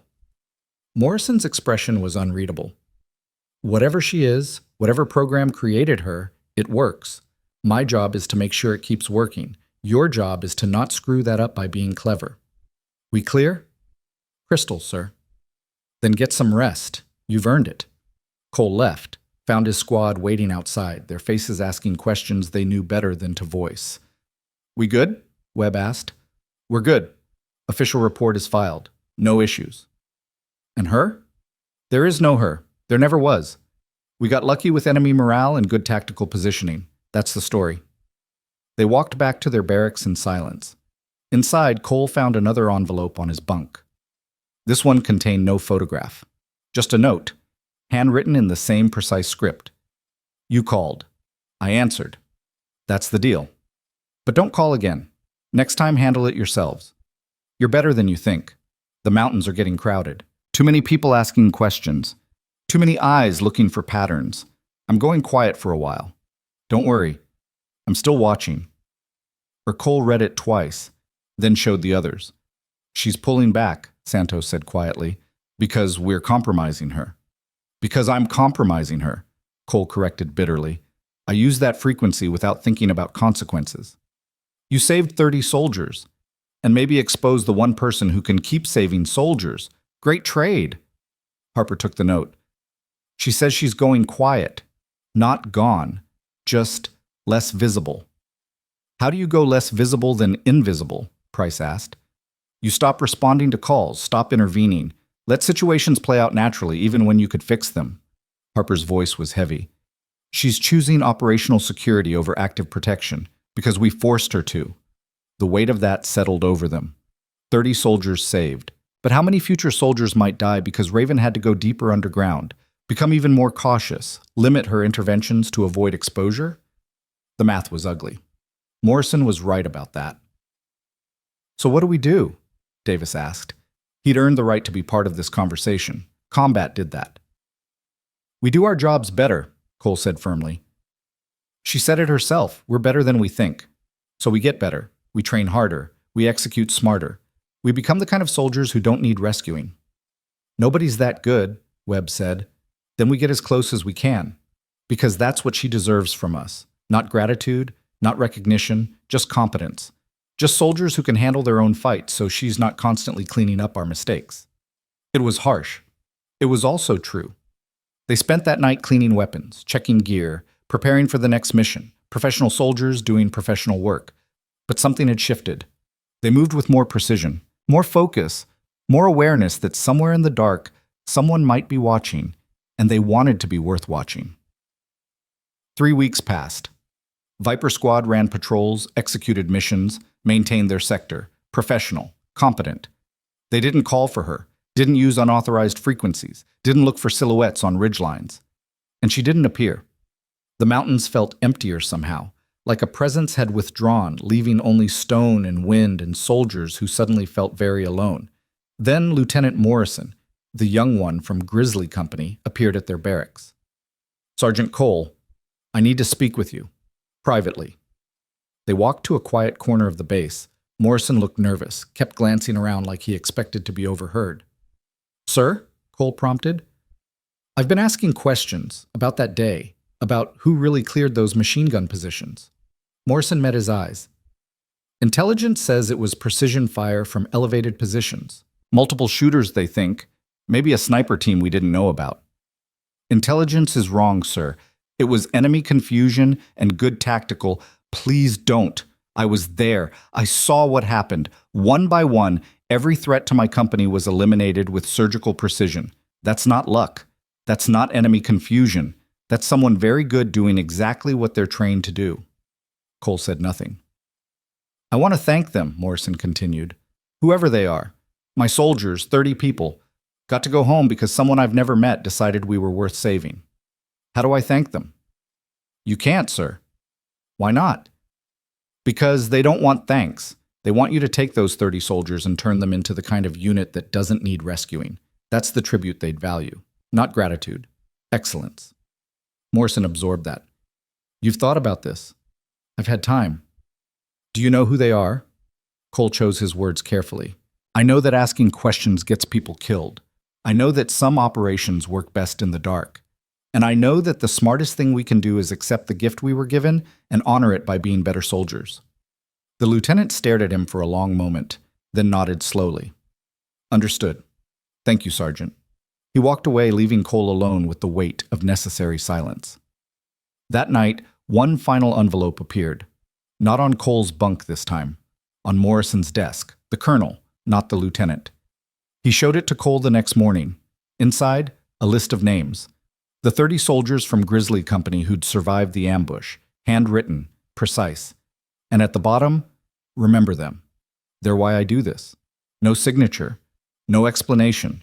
Just a reminder that somewhere in the dark, someone was keeping score. Someone cared about names and lives and the simple fact that soldiers deserve to go home. Morrison looked at the list for a long time, then filed it away in a drawer Cole suspected held other secrets, other truths that couldn't be spoken. She's still out there, Morrison said quietly. Yes, sir. Still watching. Yes, sir. And we're never going to acknowledge her. No, sir. Morrison nodded. Good. That's how it should be. That's how she stays alive long enough to keep doing this. He dismissed Cole. But as the sergeant reached the door, Morrison spoke one last time. Tell your squad. They did good work out there. Professional, competent. The kind of work that makes oversight less necessary. Keep that standard. Cole understood. Be good enough that she doesn't have to risk herself saving you. We will, sir. And they would, because somewhere in the Dry Spire Mountains, a woman with a rifle was watching, waiting, ready to save soldiers who needed her, but hoping, always hoping, that they'd be good enough not to need saving at all. That was the real tribute, the real honor, not gratitude or recognition, just excellence. Just soldiers who understood that the greatest gift they could give their silent guardian was to become soldiers who didn't need guarding. 6 weeks later, Captain Richards appeared at morning formation with orders that made Cole's stomach drop. Sergeant Cole, Specialist Harper, you're both reassigned effective immediately. Report to Building 7 with full field gear. Your wheels up in 90 minutes. Building 7 was intelligence, the kind of place where questions got asked and answers got classified. Cole had never been inside, never wanted to be. Sir, what's this about? Cole asked carefully. Above my pay grade, Sergeant. Just go. They went. Harper looked as nervous as Cole felt. Building 7 was unmarked, windowless, guarded by soldiers who checked IDs 3 times before allowing entry. Inside, the air was cold and the lighting harsh. A specialist led them down corridors that seemed to go on forever, past doors marked with alphanumeric codes that meant nothing to Cole. They stopped at a conference room. The specialist knocked once, opened the door, and gestured them inside. The room held a table, 6 chairs, and 3 people who made Cole's instincts scream danger. The first was a woman in her 50s, civilian clothes, posture that screamed federal agent. Her ID badge said Sarah Chen, Defense Intelligence Agency. The second was a colonel Cole didn't recognize, his uniform showing combat patches from places that were supposed to be peaceful. Name tape, Reyes. The third was Morrison, the lieutenant colonel from base command. He looked uncomfortable, which made Cole even more nervous. Sergeant Cole, Specialist Harper. Chen gestured to chairs. Sit. They sat. Chen opened a folder, slid a photograph across the table. It showed the northern ridge from the first engagement, the one where Viper Squad had almost died. The angle was aerial, probably satellite. Recognize this location? Chen asked. Yes, ma'am. Sector 47, where my squad was engaged 6 weeks ago. Tell me about that engagement. Cole recited the official report from memory. Enemy contact. Superior forces. Tactical defense. Enemy withdrew due to casualties and loss of command structure. Chen listened without expression. When he finished, she slid another photograph across. This one showed spent brass casings scattered on stone, match-grade ammunition, custom loads. These were found at the location 3 days after your engagement, during a reconnaissance sweep. Chen's voice was flat. Can you explain them? No, ma'am. Enemy sniper, possibly. The ballistics don't match any known enemy weapon. They match a very specific rifle, one that's not issued to regular military forces. She slid another photo. This one shows boot prints, size 7, female, leading to and from multiple firing positions arranged for optimal overwatch of your squad's location. Harper's face was carefully neutral. Cole kept his breathing steady. Someone was up there, Chen continued. Someone with professional training, custom ammunition, and explicit knowledge of your tactical situation. Someone who engaged enemy forces with precision fire and enabled your survival. Who was it? I don't know, ma'am. You're lying. Ma'am, I was under fire, in the dark, multiple enemy positions engaging us. I can't account for every round fired in that valley. Colonel Reyes spoke for the first time. Sergeant, we're not trying to jam you up. We're trying to understand what happened, because whatever happened, it's happened 13 other times across this theater. Engagements where friendly forces were about to be overrun, then suddenly enemy positions started getting eliminated by precision fire from unknown locations. Always the same pattern. Always the same signature. Always the same ghost. I don't know anything about that, sir. You called her. Chen's voice was sharp. On an unauthorized frequency. We have the recording. Raven, this is Viper Actual. We need that magic again. Your words, your voice. Cole's blood went cold. They'd been monitoring the frequency, recording, building a case. Ma'am, I was desperate. My squad was dying. I called on every frequency I could think of, hoping someone would respond. And someone did. A woman. Call sign Raven. She coordinated your defensive fire and eliminated multiple enemy positions with long-range precision shooting. Then she vanished without reporting to command, without filing any documentation, without existing in any official capacity. Chen leaned forward. Who is she? I don't know. Sergeant Cole, this is a lawful order. Identify the individual who intervened in your engagement. Cole met her eyes. Ma'am, with respect, I cannot identify someone I never saw, never met, and whose existence I cannot confirm beyond a voice on a radio during a combat situation. You're protecting her. I'm telling you the truth. I don't know who she is. Morrison spoke quietly from the corner. Agent Chen, the sergeant's report was thorough and consistent. He's not lying. He simply doesn't have the information you're requesting. Chen's expression hardened. Colonel Morrison, your continued protection of this asset is noted, but this investigation supersedes your authority. What investigation? Morrison's voice carried warning. Investigation into what? A series of successful engagements where American soldiers survived against superior odds? Investigation into an unsanctioned operator conducting military action without authorization, oversight, or accountability.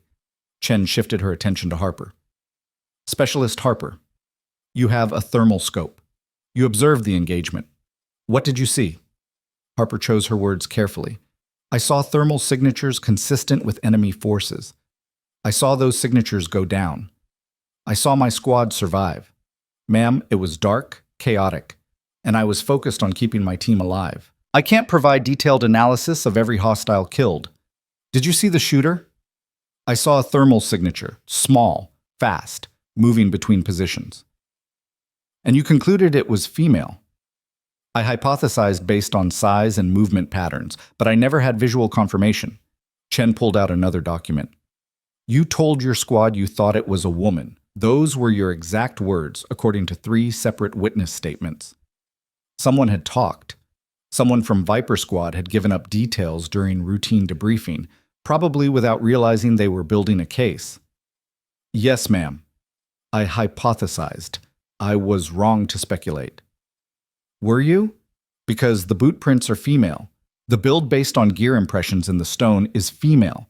The pattern of elimination suggests someone with extensive counter-sniper training, which narrows the field considerably. Chen's eyes were hard. There are only 7 female snipers in the U.S. military with the training and skill to execute what we saw in that valley. We've accounted for 6. The 7th has been missing for 18 months. Cole kept his expression neutral, but his mind was racing. Missing, not dead. not discharged. Missing, which meant she'd been active military before becoming a ghost. Her name was Captain Elena Vasquez. Chen slid a personnel photo across the table. Decorated Marine sniper, 3 combat tours, instructor at the Scout Sniper School, volunteered for a classified program 18 months ago and subsequently disappeared from all official records. The photograph showed a woman in her early 30s, dark hair pulled back, eyes that looked straight through the camera, with the flat effect of someone who'd seen too much death. Professional, competent, dangerous, and somehow familiar, even though Cole had never seen her face. "What program?" Cole asked before he could stop himself. "That's classified above your clearance." Reyes answered. "What matters is she's operating without authorization in active combat zones. That makes her a security risk." "A security risk that saved 200 soldiers," Morrison said sharply. "You want to call that a problem? Those soldiers and their families might disagree." "Those soldiers and their families don't get to make strategic decisions about unsanctioned operations." Chen's voice was ice. "Captain Vasquez is a loose element. No oversight, no rules of engagement, no accountability. She could be compromised, could be operating under foreign influence, could be conducting unauthorized assassinations and disguising them as combat support." "That's ridiculous," Harper said, then caught herself. "Ma'am, is it? How do you know? You've never met her, never debriefed her, never confirmed her loyalty or intentions. For all you know, she's eliminating enemy officers we might have interrogated, destroying intelligence we might have gathered, conducting operations that undermine strategic objectives." Chen closed her folder. "She needs to be brought in, debriefed, properly assessed, and either reintegrated into official channels or dealt with." "Dealt with," Cole repeated. "You mean arrested?" "I mean secured, one way or another." The room went silent. Cole could hear his own heartbeat, could feel Harper's tension beside him, could see Morrison's jaw tightening. "You want us to help you find her," Cole said slowly. "That's why we're here." "Correct. You've had contact with her, multiple times. You know her patterns, her methods, possibly her location. You're going to help us bring her in. And if we refuse, then you're obstructing a federal investigation and subject to court-martial." Chen's expression didn't change. "This isn't a request, Sergeant. It's an order." Cole looked at Morrison. The colonel's face was carefully neutral, but his eyes said, "Be careful." "Ma'am, even if I wanted to help, I don't know how to find her. She contacts us. We don't contact her. The one time I tried calling on that frequency, I was told never to do it again by her. She made it clear she operates independently." "Then we'll make her want to contact you." Reyes pulled out a tactical map. "You're going back to the Dry Spire Mountains, extended patrol, 2 weeks. You'll be bait. She watches over operations in her sector. If you're out there long enough, she'll make contact. When she does, you'll signal us. We'll move in and secure her. Clean. Simple. You're asking us to betray someone who saved our lives. I'm ordering you to assist in securing an unsanctioned asset who poses a strategic risk." Rhea's voice hardened. "Your feelings about that are irrelevant." Harper spoke up, her voice tight with controlled anger. "Sir, with respect, she's not an asset. She's a soldier. One who's been doing her job in the worst possible conditions with zero support. You want to bring her in? Fine. But call it what it is. You're hunting someone who's been protecting your people because she makes you uncomfortable. Specialist, I suggest you watch your tone. I suggest you recognize that 200 soldiers are alive because of her, and now you want to repay that by turning her into a target." Chen stood. "This conversation is over. You have your orders. Report for mission briefing at 0600 tomorrow. You deploy the day after. Dismissed." Cole and Harper stood, saluted, walked out of that cold room with their orders and their consciences and the terrible knowledge that they were being forced to hunt the person who'd saved them. Outside, Morrison caught up with them. "My office, now." They followed him across base to his building. Inside his office, Morrison closed the door, pulled the blinds, and turned to face them. "They're making a mistake," he said without preamble. "Chen and Reyes, they're intelligence and career officers. They see everything through the lens of control and accountability. They don't understand that some operations work precisely because they're uncontrolled." "Sir, are you telling us to disobey orders?" Cole asked carefully. "I'm telling you to think very carefully about what happens if you succeed, if you help them capture Captain Vasquez." Morrison poured himself coffee with hands that weren't quite steady. She gets debriefed, probably at a black site. They'll want to know everything: her methods, her support network, her intelligence sources. They'll classify her as a security risk and either lock her in a cell or make her disappear permanently. You mean kill her? I mean remove her from the board. One way or another, she stops operating, and the next time a squad like yours is pinned down with no support, there's no ghost on the ridge to save them. They just die. Morrison set his mug down hard. 200 soldiers alive. That's her record. How many will die when she's gone? Harper was staring at the floor. So what do we do? Refuse the mission and face court-martial? No. You execute the mission exactly as ordered. Morrison met their eyes. You go to the mountains. You conduct your patrol. You follow every regulation and protocol. And if Captain Vasquez happens to be too smart to make contact with an obvious trap, well, that's just unfortunate, isn't it? Cole understood. You're telling us to fail. I'm telling you to execute your mission professionally and by the book. If the objective proves unattainable, that's not your fault. Morrison's voice dropped. But you need to understand something. Chen and Reyes, they're not going to stop. If you fail, they'll send someone else. Someone who might actually succeed. Someone who won't have moral complications about bringing her in. Then what's the point? The point is buying time. Every day she's free is another day she can keep doing what she does. Every failed attempt to capture her makes the case stronger that she's too valuable to eliminate. You make them chase ghosts long enough, maybe they decide the effort isn't worth the result. It was a long shot, a desperate play. But it was something. Sir, Harper said quietly, why are you helping her? You could advance your career by cooperating. Instead, you're risking everything to protect someone you've never met. Morrison was quiet for a long moment. When he spoke, his voice carried weight from old wounds. 20 years ago, I was a lieutenant in a place I can't name, leading a patrol that walked into an ambush. 40 hostiles. My radio was dead. My platoon was getting torn apart. We were going to die. He stared at something they couldn't see. Then someone started shooting from a ridge we'd thought was clear. Precision fire. Eliminated the ambush piece by piece. We made it out. 18 soldiers alive who should have been dead. Raven? Cole asked. Different person. Different war. Same principle. Morrison focused on them again. That sniper was never identified. Never acknowledged. Just saved my life and disappeared. For 20 years I've wondered who they were. If they survived. If they kept doing that impossible work. And I swore if I ever had the chance to protect someone like that, I would. Elena Vasquez isn't that person. No, but she's cut from the same cloth, and she deserves better than to be hunted by the people she's been protecting. Morrison walked to his desk, pulled out a slip of paper with a frequency written on it. This is a secure channel, not monitored by Chen's people. If you need to communicate anything sensitive, use this. Cole took the paper. You're giving us a lot of rope, sir. I'm giving you the tools to do the right thing. How you use them is your choice. Morrison opened the door. You're dismissed. Get some rest. You deploy in 36 hours. They left. Walked across base in silence, processing everything they'd learned. Elena Vasquez, Marine captain, Scout sniper school instructor, missing for 18 months, operating alone in the mountains, saving soldiers, staying hidden. Back at the barracks, they found the rest of Viper Squad waiting. Webb, Santos, Price. Even Torres, her legs still bandaged but healing. They'd heard about the reassignment, the intelligence briefing, the orders. Well, Webb asked, what do they want? Cole told them everything. The investigation, the photographs, the personnel file, the orders to lure Raven into a trap. That's bullshit, Santos said flatly. They want to arrest someone for saving lives? They want control, Harper corrected. She operates outside their authority. That makes her dangerous. To them. Torres spoke from her bunk, her voice still weak but clear. Are you going to do it?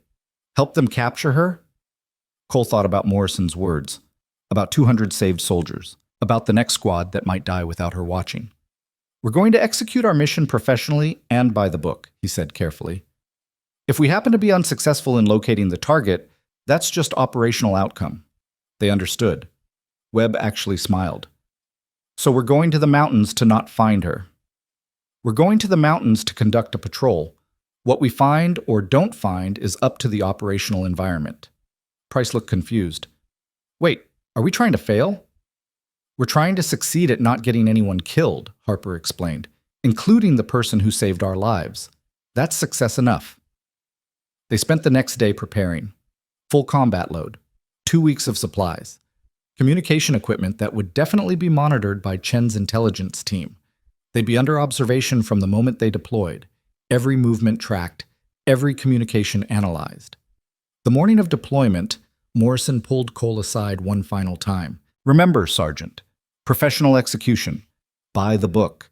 If Captain Vasquez is as good as her record suggests, she'll recognize the trap from a distance. Your job is to make it look good while giving her every opportunity to stay invisible. And if she makes contact anyway, if she doesn't recognize the trap? Morrison's expression was grim. Then you have a choice to make. Follow orders and destroy someone who deserves better, or refuse orders and face the consequences. He paused. I can't tell you what to do, but I can tell you this. Whatever choice you make, I'll support it, even if it costs me my career. Why, sir?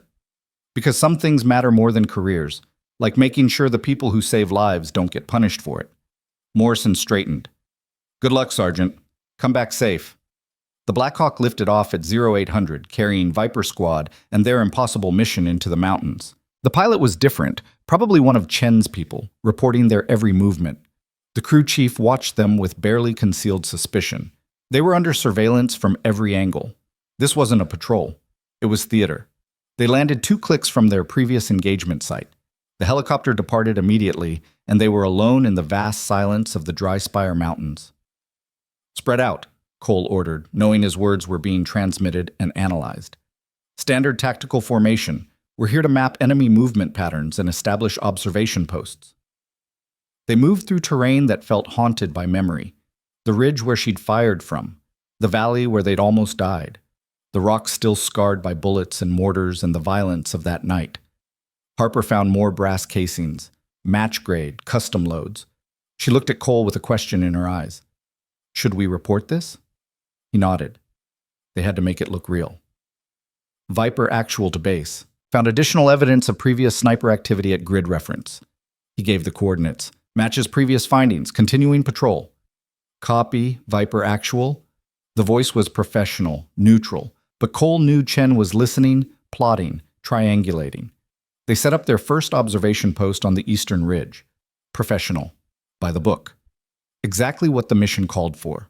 But Cole positioned their defensive perimeter with clear gaps, approaches that a skilled operator could use to observe them without being detected. If she was watching, she'd see the trap. She'd see the surveillance. She'd stay away. At least that's what he hoped. Night fell. They rotated watches. Cole took second shift, sitting in the dark with his night vision and his thoughts and the growing certainty that they were being played by forces larger than themselves. His radio crackled. Viper actual, this is Overwatch 6, Chen's voice. We're observing your position via satellite. Maintain current posture. If target makes contact, signal immediately via code word Lighthouse. Acknowledge. Copy Overwatch. Lighthouse acknowledged. So they were watching from space. Infrared satellites, probably. Tracking heat signatures. Looking for anomalies. For a woman moving through the mountains with a rifle. She had to know. Had to recognize the pattern. She was too smart, too experienced to miss it. 3 days passed. They conducted their patrol with professional precision. Found more evidence of her previous presence. Firing positions, brass casings, the occasional boot print. Reported everything to Chen, building the case that she'd been here while simultaneously hoping she was long gone. On day 4, Harper found something different. Sergeant, you need to see this. It was another cairn, similar to the one from their previous patrol. Inside, wrapped in waterproof fabric, a note. I see the trap. I see the watchers. I see what they're making you do. Don't feel bad. You're just soldiers following orders. I understand orders, but you should understand something too. I'm not coming in. Not willingly. Not ever. If they send people to take me, people will die.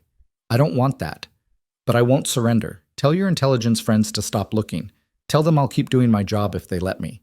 Tell them the cost of capturing me is higher than the benefit. And tell Morrison thank you for everything. EV. Cole read it 3 times. She knew Morrison was protecting her, knew exactly what was happening, knew they were trying to help her stay free, and she was drawing a line. Capture meant war. Do we report this? Harper asked quietly. Cole thought about Chen's demands, about Morrison's warning, about 200 soldiers who deserved to keep their guardian angel. He pulled out his lighter, held the flame to the note. Report what? He said as the paper caught fire. We found another cairn, some rocks, nothing else. Harper smiled slightly. Copy that, Sergeant. They continued the patrol. 8 more days of searching for someone who was too smart to be found. 8 more days of reporting movement patterns and terrain analysis, and absolutely nothing about the ghost they were supposed to capture. Chen grew frustrated, demanded better results, threatened to insert her own teams. Ma'am, Cole reported on day 10, Target has clearly vacated this sector. If she was ever here, she's moved on. We're not going to find her sitting still and waiting for us. Then expand your search grid. With respect, ma'am, these mountains cover hundreds of square kilometers. We could search for months and never make contact. Unless you want to flood this entire region with troops, which would definitely drive her away, tactical patrol isn't going to work. Silence on the other end. Then, maintain position. We're reassessing approach. Translation, they were giving up. For now. Viper Squad completed their 2-week patrol and extracted without incident. No contact with Raven. No evidence of her current location. Mission unsuccessful. Chen was waiting when they landed. Her expression could have cut steel. Sergeant Cole, my office, 1 hour. He cleaned up, changed into fresh uniform, and reported to Building 7. Back to the cold conference room. Back to Chen and Reyes and Morrison, who looked cautiously hopeful. Your patrol was unsuccessful, Chen said without preamble. Yes, ma'am. Target did not make contact. Did you find any evidence of her current presence? Cole thought about the note burning in his hand. No, ma'am. Only old evidence from previous operations, nothing current. She's gone then, moved on. Or she recognized our patrol as a trap and avoided it. Hard to say. Chen studied him. You don't seem disappointed by your failure. Ma'am, I executed my mission as ordered. The outcome was beyond my control. Was it? Her eyes were hard. Or did you perhaps execute your mission in a way designed to fail? Positioning your perimeter with exploitable gaps? Conducting your search pattern with obvious tells? Making enough noise to warn her away? Cole's stomach dropped. She'd analyzed everything. Probably had tactical experts reviewing every movement, every decision. Ma'am, I positioned my squad for optimal security and visibility. If the target was able to avoid detection, that speaks to her skill, not my tactics. Does it? Because from where I sit, it looks like you deliberately sabotaged your own mission to protect an unsanctioned operator. Morrison spoke up.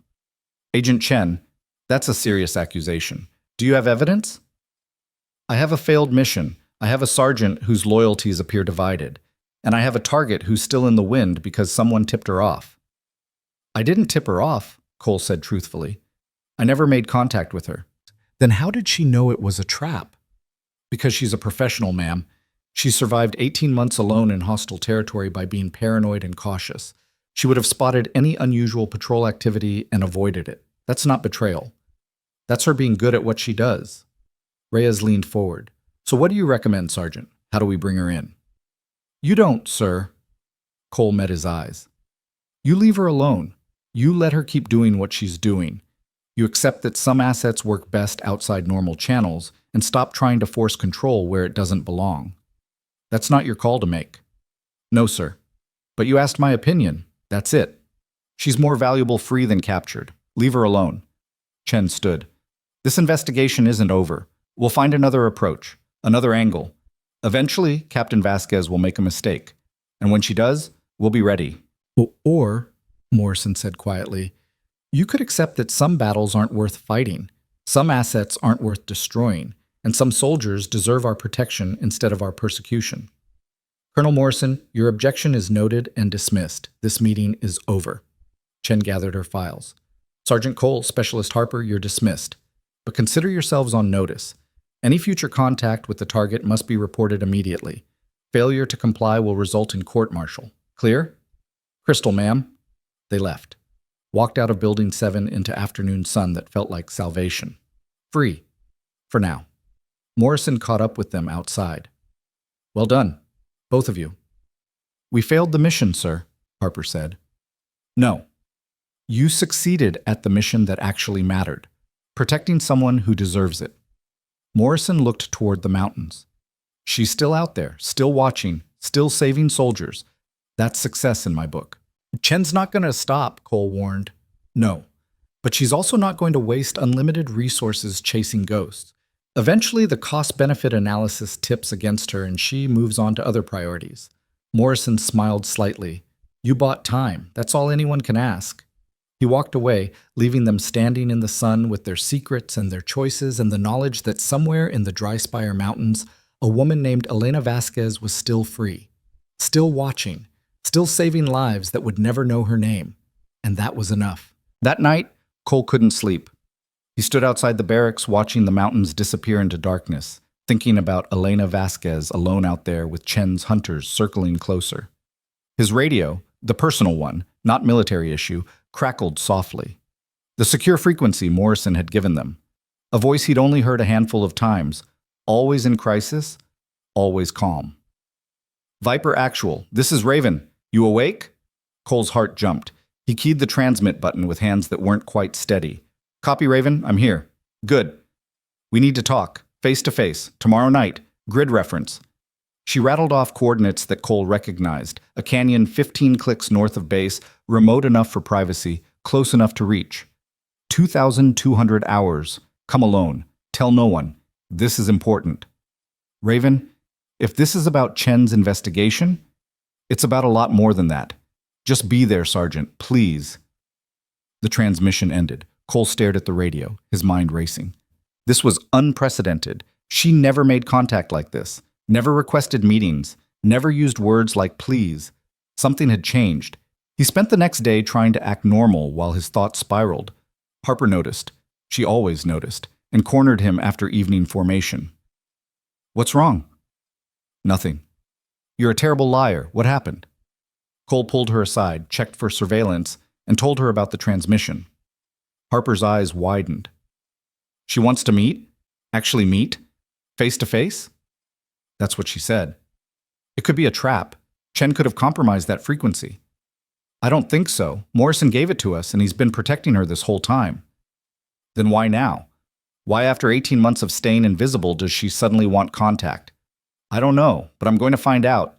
Harper grabbed his arm. Not alone. If this goes bad, then it goes bad for one person, not two. You stay here. Cover for me if anyone asks. I'll be back before dawn. Aiden, that's an order, specialist. She didn't like it, but she nodded. Be careful. She saved our lives twice. But we don't actually know her. Don't know what she wants or what she's capable of. I know she's had 100 chances to hurt us and never has. That counts for something. At 2100 hours, Cole slipped out of base through a maintenance gate that wasn't quite as secure as it should be. He'd requisitioned a vehicle earlier, unofficial, off the books, the kind of favor sergeants could pull when they knew the right people. The drive took 40 minutes through terrain that got progressively rougher until even the dirt roads gave up. He parked and continued on foot, using night vision to navigate by starlight. The canyon appeared as a black slash in darker black, a wound in the landscape. At exactly 2200 hours, he reached the coordinates. A voice spoke from the shadows, making him jump despite himself. You came alone. Good. She stepped into the moonlight, and Cole saw her face for the first time without the barrier of a photograph. Elena Vasquez looked exactly like her personnel photo, and nothing like it at all. Same dark hair, same sharp features, same eyes that had seen too much. But the photo had shown a Marine officer in dress uniform, professional and polished. The woman standing before him wore weathered tactical gear, her rifle slung across her back, her face lined with exhaustion and something harder to name. She looked like someone who'd been at war for 18 months straight with no relief and no end in sight. Captain Vasquez, Cole said. Just Elena. I'm not a captain anymore. Haven't been for a long time. She gestured to a flat rock. Sit. We have things to discuss and not much time. They sat. Cole noticed she positioned herself with her back to the canyon wall, clear sight lines in all directions, escape routes mapped, old habits from staying alive alone. Thank you, she said quietly, for what you did. The patrol. I know Chen ordered you to find me. I know you could have. You made it easy to fail. Still, You chose to protect me instead of following orders. That matters. She pulled out a canteen, took a drink, offered it to Cole. He accepted, the simple gesture somehow profound. I'm leaving. The words hit like a physical blow. Leaving where? This theater, these mountains, this war. Elena stared at the stars. Chen's investigation is just the beginning. More people are asking questions, more resources being dedicated to finding me. Eventually, someone will get lucky, or I'll make a mistake, and they'll have me. I can't operate effectively if I'm constantly running from my own side. So you're just giving up? I'm choosing to fight on different ground. There are other places that need what I do, other soldiers who need watching. I'll go where the bureaucrats aren't looking yet. She met his eyes. But before I go, I wanted you to understand something about why I do this. Cole waited. 4 years ago, I was instructing at Scout Sniper School. Good job, prestigious, safe. Then one of my students, Private First Class Marcus Webb, died during a training exercise. Equipment failure, wrong ammunition issued by supply. Something that never should have happened. Cole's stomach dropped. Webb, Staff Sergeant Marcus Webb is in my squad. Different Webb, but the coincidence isn't lost on me. Elena's voice was heavy with old grief. Marcus was 19, brilliant shooter, kind kid. He died because someone in the supply chain didn't do their job properly, and nobody was ever held accountable. Just administrative error. File closed. I'm sorry. Don't be. Just listen. She turned the canteen in her hands, not drinking. After Marcus died, I started seeing all the ways soldiers get failed by the system. Not by enemies, by bureaucracy, by politics, by people who should protect them but don't. And I couldn't just keep instructing, keep training kids to go into situations where they'd be abandoned the moment things got hard. So you volunteered for the Ghost program. It was called Project Sentinel, still classified above your clearance. The idea was simple. Create solo operators who could provide crisis intervention in situations where official support was impossible. No rules of engagement to debate. No lawyers to consult. Just trained snipers with autonomy to save lives when the system failed. That's insane. One person can't what? I've done it. 14 interventions. 203 soldiers alive who'd be dead without me. Her voice hardened. The program works, but it works because we operate in the dark. The moment it's official, it stops working. Too many people with opinions, too many restrictions, too much oversight. So what happened? Why'd you go off the books? Elena was quiet for a long time. When she spoke, her voice was barely above a whisper. 6 months into the program, my handler, the officer running Project Sentinel, decided we needed to expand operations, start eliminating enemy commanders preemptively, assassinations disguised as combat casualties. I refused. That's not what I signed up for. I protect soldiers, I don't conduct political killings. She looked at Cole. He threatened to shut down the program, send me back to regular duty, let soldiers die because I wasn't willing to blur ethical lines. What did you do? I disappeared, took my rifle and my gear and vanished into these mountains, continued the mission on my own terms. No handler, no orders, no compromise. A bitter smile. They listed me as AWOL at first, then missing, then presumed dead. Easier than admitting they lost control of their own operator. Cole was beginning to understand. But you kept operating, kept saving soldiers. Because that's the mission, the only mission that matters. Protecting the people who actually fight while officers in safe buildings make decisions that get them killed. She stood, paced to the canyon edge. Morrison understands. A few others understand, but Chen and Reyes, they only see a rogue asset that threatens their authority. They'll never stop hunting me. Then don't run. Come in. Officially. Get reinstated. Work within the system. The system is what I'm fighting against. Elena's voice cracked. The system says you need authorization to save lives. Says you need permission slips and approval chains and legal review before you can stop soldiers from dying. I've seen squads bleed out waiting for approval to call fire support, seen helicopters grounded because the political optics were risky, seen good people die because the system valued bureaucracy over lives. Not all of it's broken.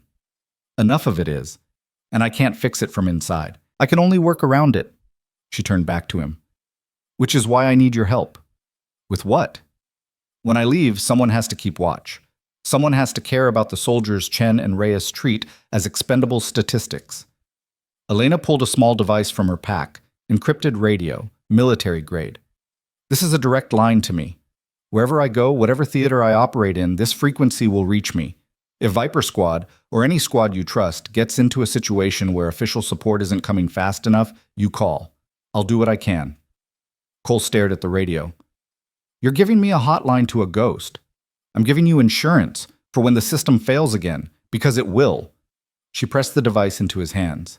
But you need to be smart. Use it sparingly, only in genuine crisis, and never ever tell anyone where you got it. Chen finds out, she'll trace it back, and we're both finished. Elena, this is necessary. You've seen what I can do. Imagine if every squad had access to that capability when they needed it. Not officially, not through channels, just there. A safety net for when everything goes wrong. It was dangerous, possibly treasonous, definitely against every regulation Cole had sworn to uphold. It was also potentially life-saving. Why me? Cole asked. Why trust me with this? Because you protected me when it would have been easier to betray me. Because your squad understands that some things matter more than orders. And because... She hesitated. Because you remind me why I started this. Marcus Webb died alone. Your Staff Sergeant Webb lives because I was watching. That's not coincidence. That's purpose. Cole closed his hand around the radio. If I use this, if I call you, you'll come. No matter where you are. If I can physically reach you, yes.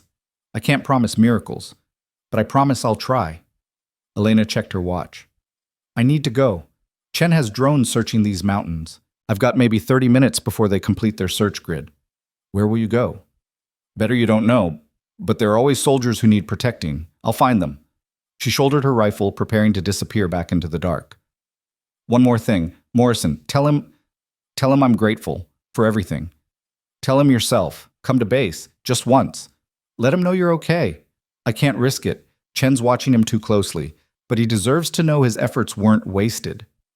Elena started toward the canyon wall, then paused. Sergeant Cole, the soldiers I've saved, they're alive because they held their ground, because they didn't quit even when it looked hopeless. You did that.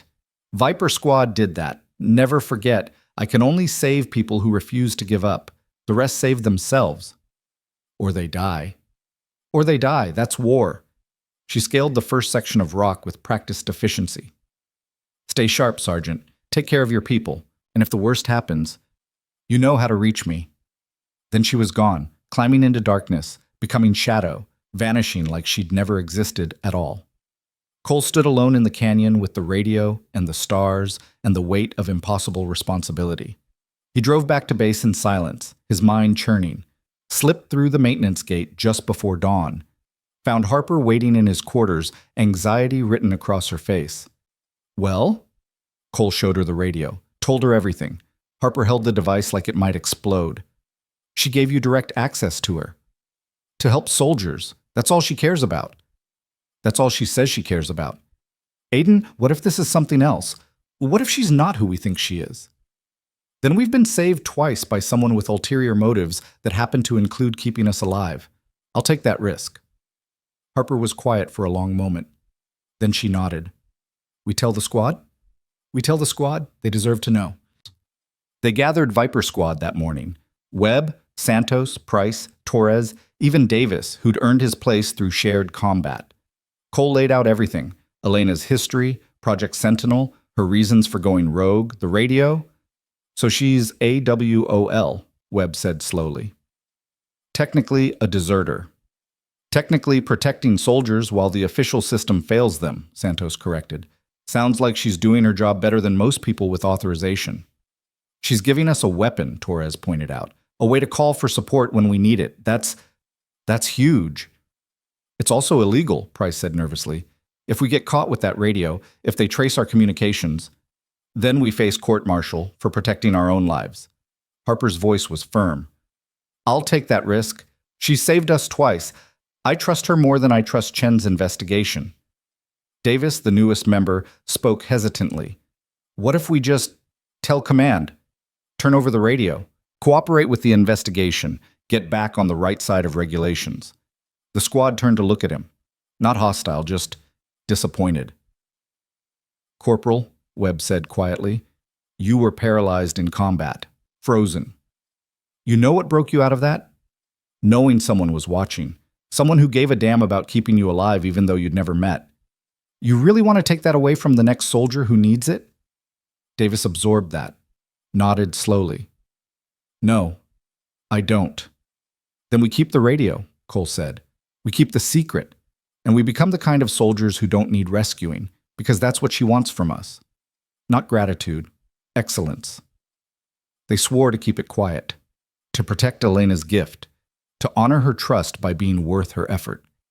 3 days later, Chen summoned Cole again. He walked into Building 7 expecting another interrogation, more threats, more demands for cooperation. Instead, he found Chen packing files into boxes, her expression thunderous. "Sergeant Cole? Sit." He sat. "Project Raven is being terminated," Chen said without preamble. "Effective immediately. My investigation has been shut down by people with more authority than sense. Apparently, some very senior officers believe Captain Vasquez is more valuable operating independently than captured and debriefed." Cole kept his face neutral. "I see." "Do you? Because I don't. We have an unsanctioned operator conducting military action without oversight. That should be unacceptable. But apparently the results justify the methods." She slammed a file into a box. 203 confirmed saves, 0 friendly casualties during her interventions, 0 international incidents, 0 compromised operations. The numbers make my concerns look petty. "Maybe they are petty, ma'am." Chen's eyes flashed. "Excuse me?" "Maybe operational effectiveness matters more than bureaucratic control. Maybe some soldiers work better outside the system because the system is fundamentally broken." Cole met her gaze. "You want to arrest someone for saving lives. That says more about your priorities than hers. I want accountability. I want oversight. I want to ensure that military force is applied according to law and regulation. And Captain Vasquez wants soldiers to go home alive. Whose priority seems more aligned with our actual mission?" Chen stared at him for a long moment. Then, unexpectedly, she laughed, bitter and exhausted. "You know what the worst part is? You're not wrong. The system is broken. I've spent 20 years watching good policies get destroyed by politics and bad policies survive because they protect the right careers." She sat heavily. "But the alternative is chaos. Individual operators making life and death decisions without consultation or review. That's not a military. That's armed anarchy. Or it's soldiers taking care of soldiers when the officers fail them. And who decides when the officers have failed? Who draws that line? The people pulling triggers in the dark while you debate authorization in safe buildings." Cole's voice was steady. "Ma'am, with respect, Captain Vasquez didn't go rogue because she wanted freedom. She went rogue because the system was getting soldiers killed. If you want her to stop operating independently, maybe fix the system that made her necessary." Chen absorbed that in silence. Finally, she stood. "The investigation is closed. You and your squad are cleared of any suspicion of cooperation with an AWOL officer. Your records are clean." She handed him a document. "This is an official memo stating that Project Raven has been reclassified above top secret. All files sealed. All inquiries terminated. Captain Elena Vasquez is officially listed as killed in action 18 months ago. Case closed." "Killed in action," Cole repeated. "It's cleaner that way. No AWOL charges. No desertion proceedings. Just a Marine who died serving her country and whose body was never recovered." Chen's expression was unreadable. "She's dead, Sergeant. That's the official record, and dead people can't be investigated." Cole understood. Someone high up had decided Elena was more valuable as a ghost than a prisoner. So they'd killed her on paper and set her free in practice. "Who made this call, ma'am?" "People who outrank me. People who apparently value operational effectiveness over my concerns about accountability." Chen gathered her boxes. "I still think it's wrong. I still think we're creating a precedent that will come back to haunt us. But I've been overruled. For what it's worth, ma'am, I think you're a good officer who genuinely cares about doing things right. You're just fighting the wrong battle. Maybe. Or maybe you're all so grateful for her interventions that you can't see the bigger picture." She moved toward the door, then paused. "If you ever have contact with her again, and I'm not saying you will, because officially she's dead, tell her something for me." "What's that?" "Tell her I hope she survives. Because the day she doesn't, the day she makes that one fatal mistake, there won't be anyone to write her real story. She'll just be a file in a vault that says KIA, and that seems like a lonely way to end. Chen left with her boxes and her concerns and her terminated investigation. Cole sat alone in the empty conference room, processing everything.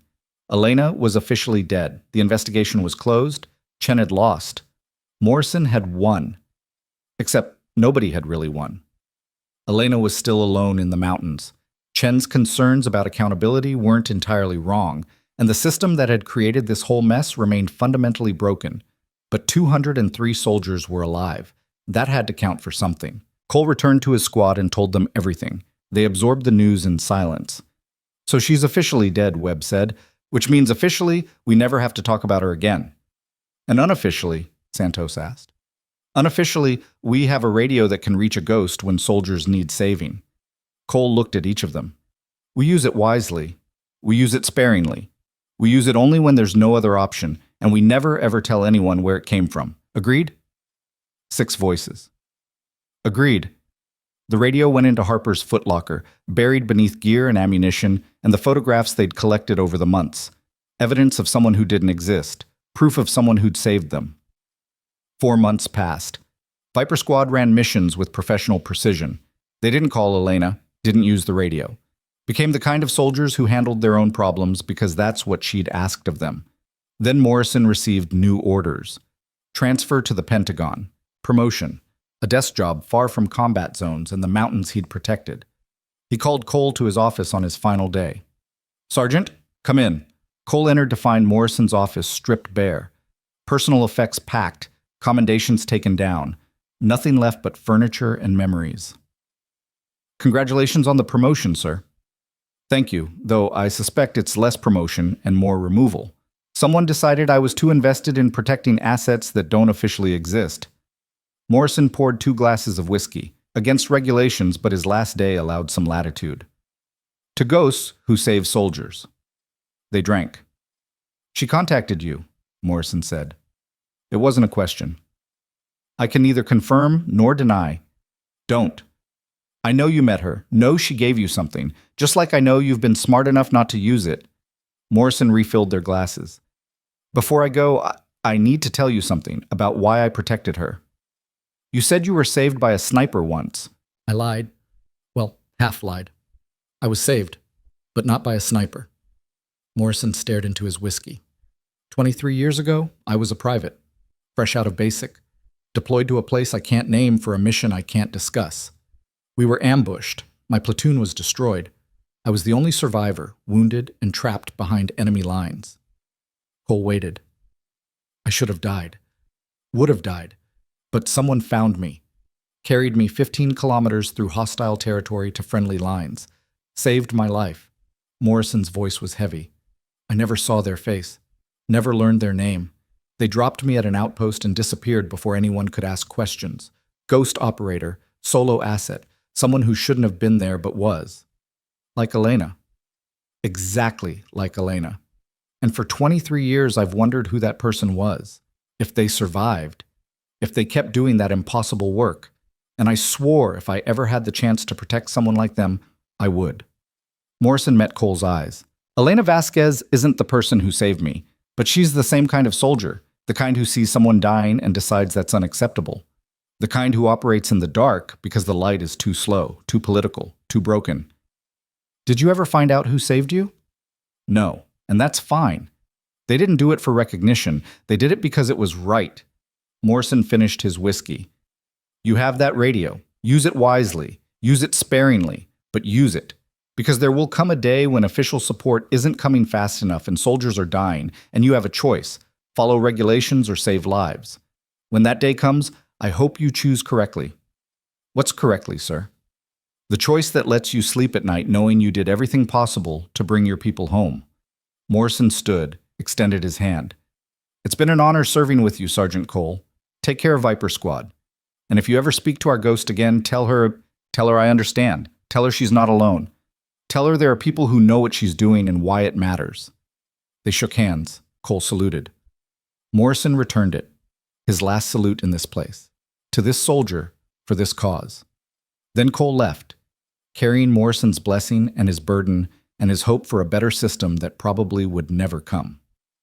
2 weeks later, the radio crackled during a quiet evening. Elena's voice, calm and distant. Viper Actual, status check. How are you holding up? Cole keyed the transmit. We're good, Raven. Managing. You? Alive, mobile, currently operating in a different theater. Things are complicated, but soldiers still need watching. A pause. I heard Morrison got transferred. Pentagon assignment. Promotion. He deserved it, though I suspect he didn't want it. Another pause. Sergeant, I want you to know something. You and your squad, you're proof that the system can work. When soldiers take care of each other, when they prioritize lives over regulations, when they understand that the mission is protecting people, that's when we win. Not when we follow orders blindly, when we choose correctly. Chen said something similar about choosing. Chen's not wrong about everything, just about me. Elena's voice carried something that might have been a smile. Stay sharp, Sergeant. Train your people well. And remember, you've got backup when you need it, always. Copy that, Raven.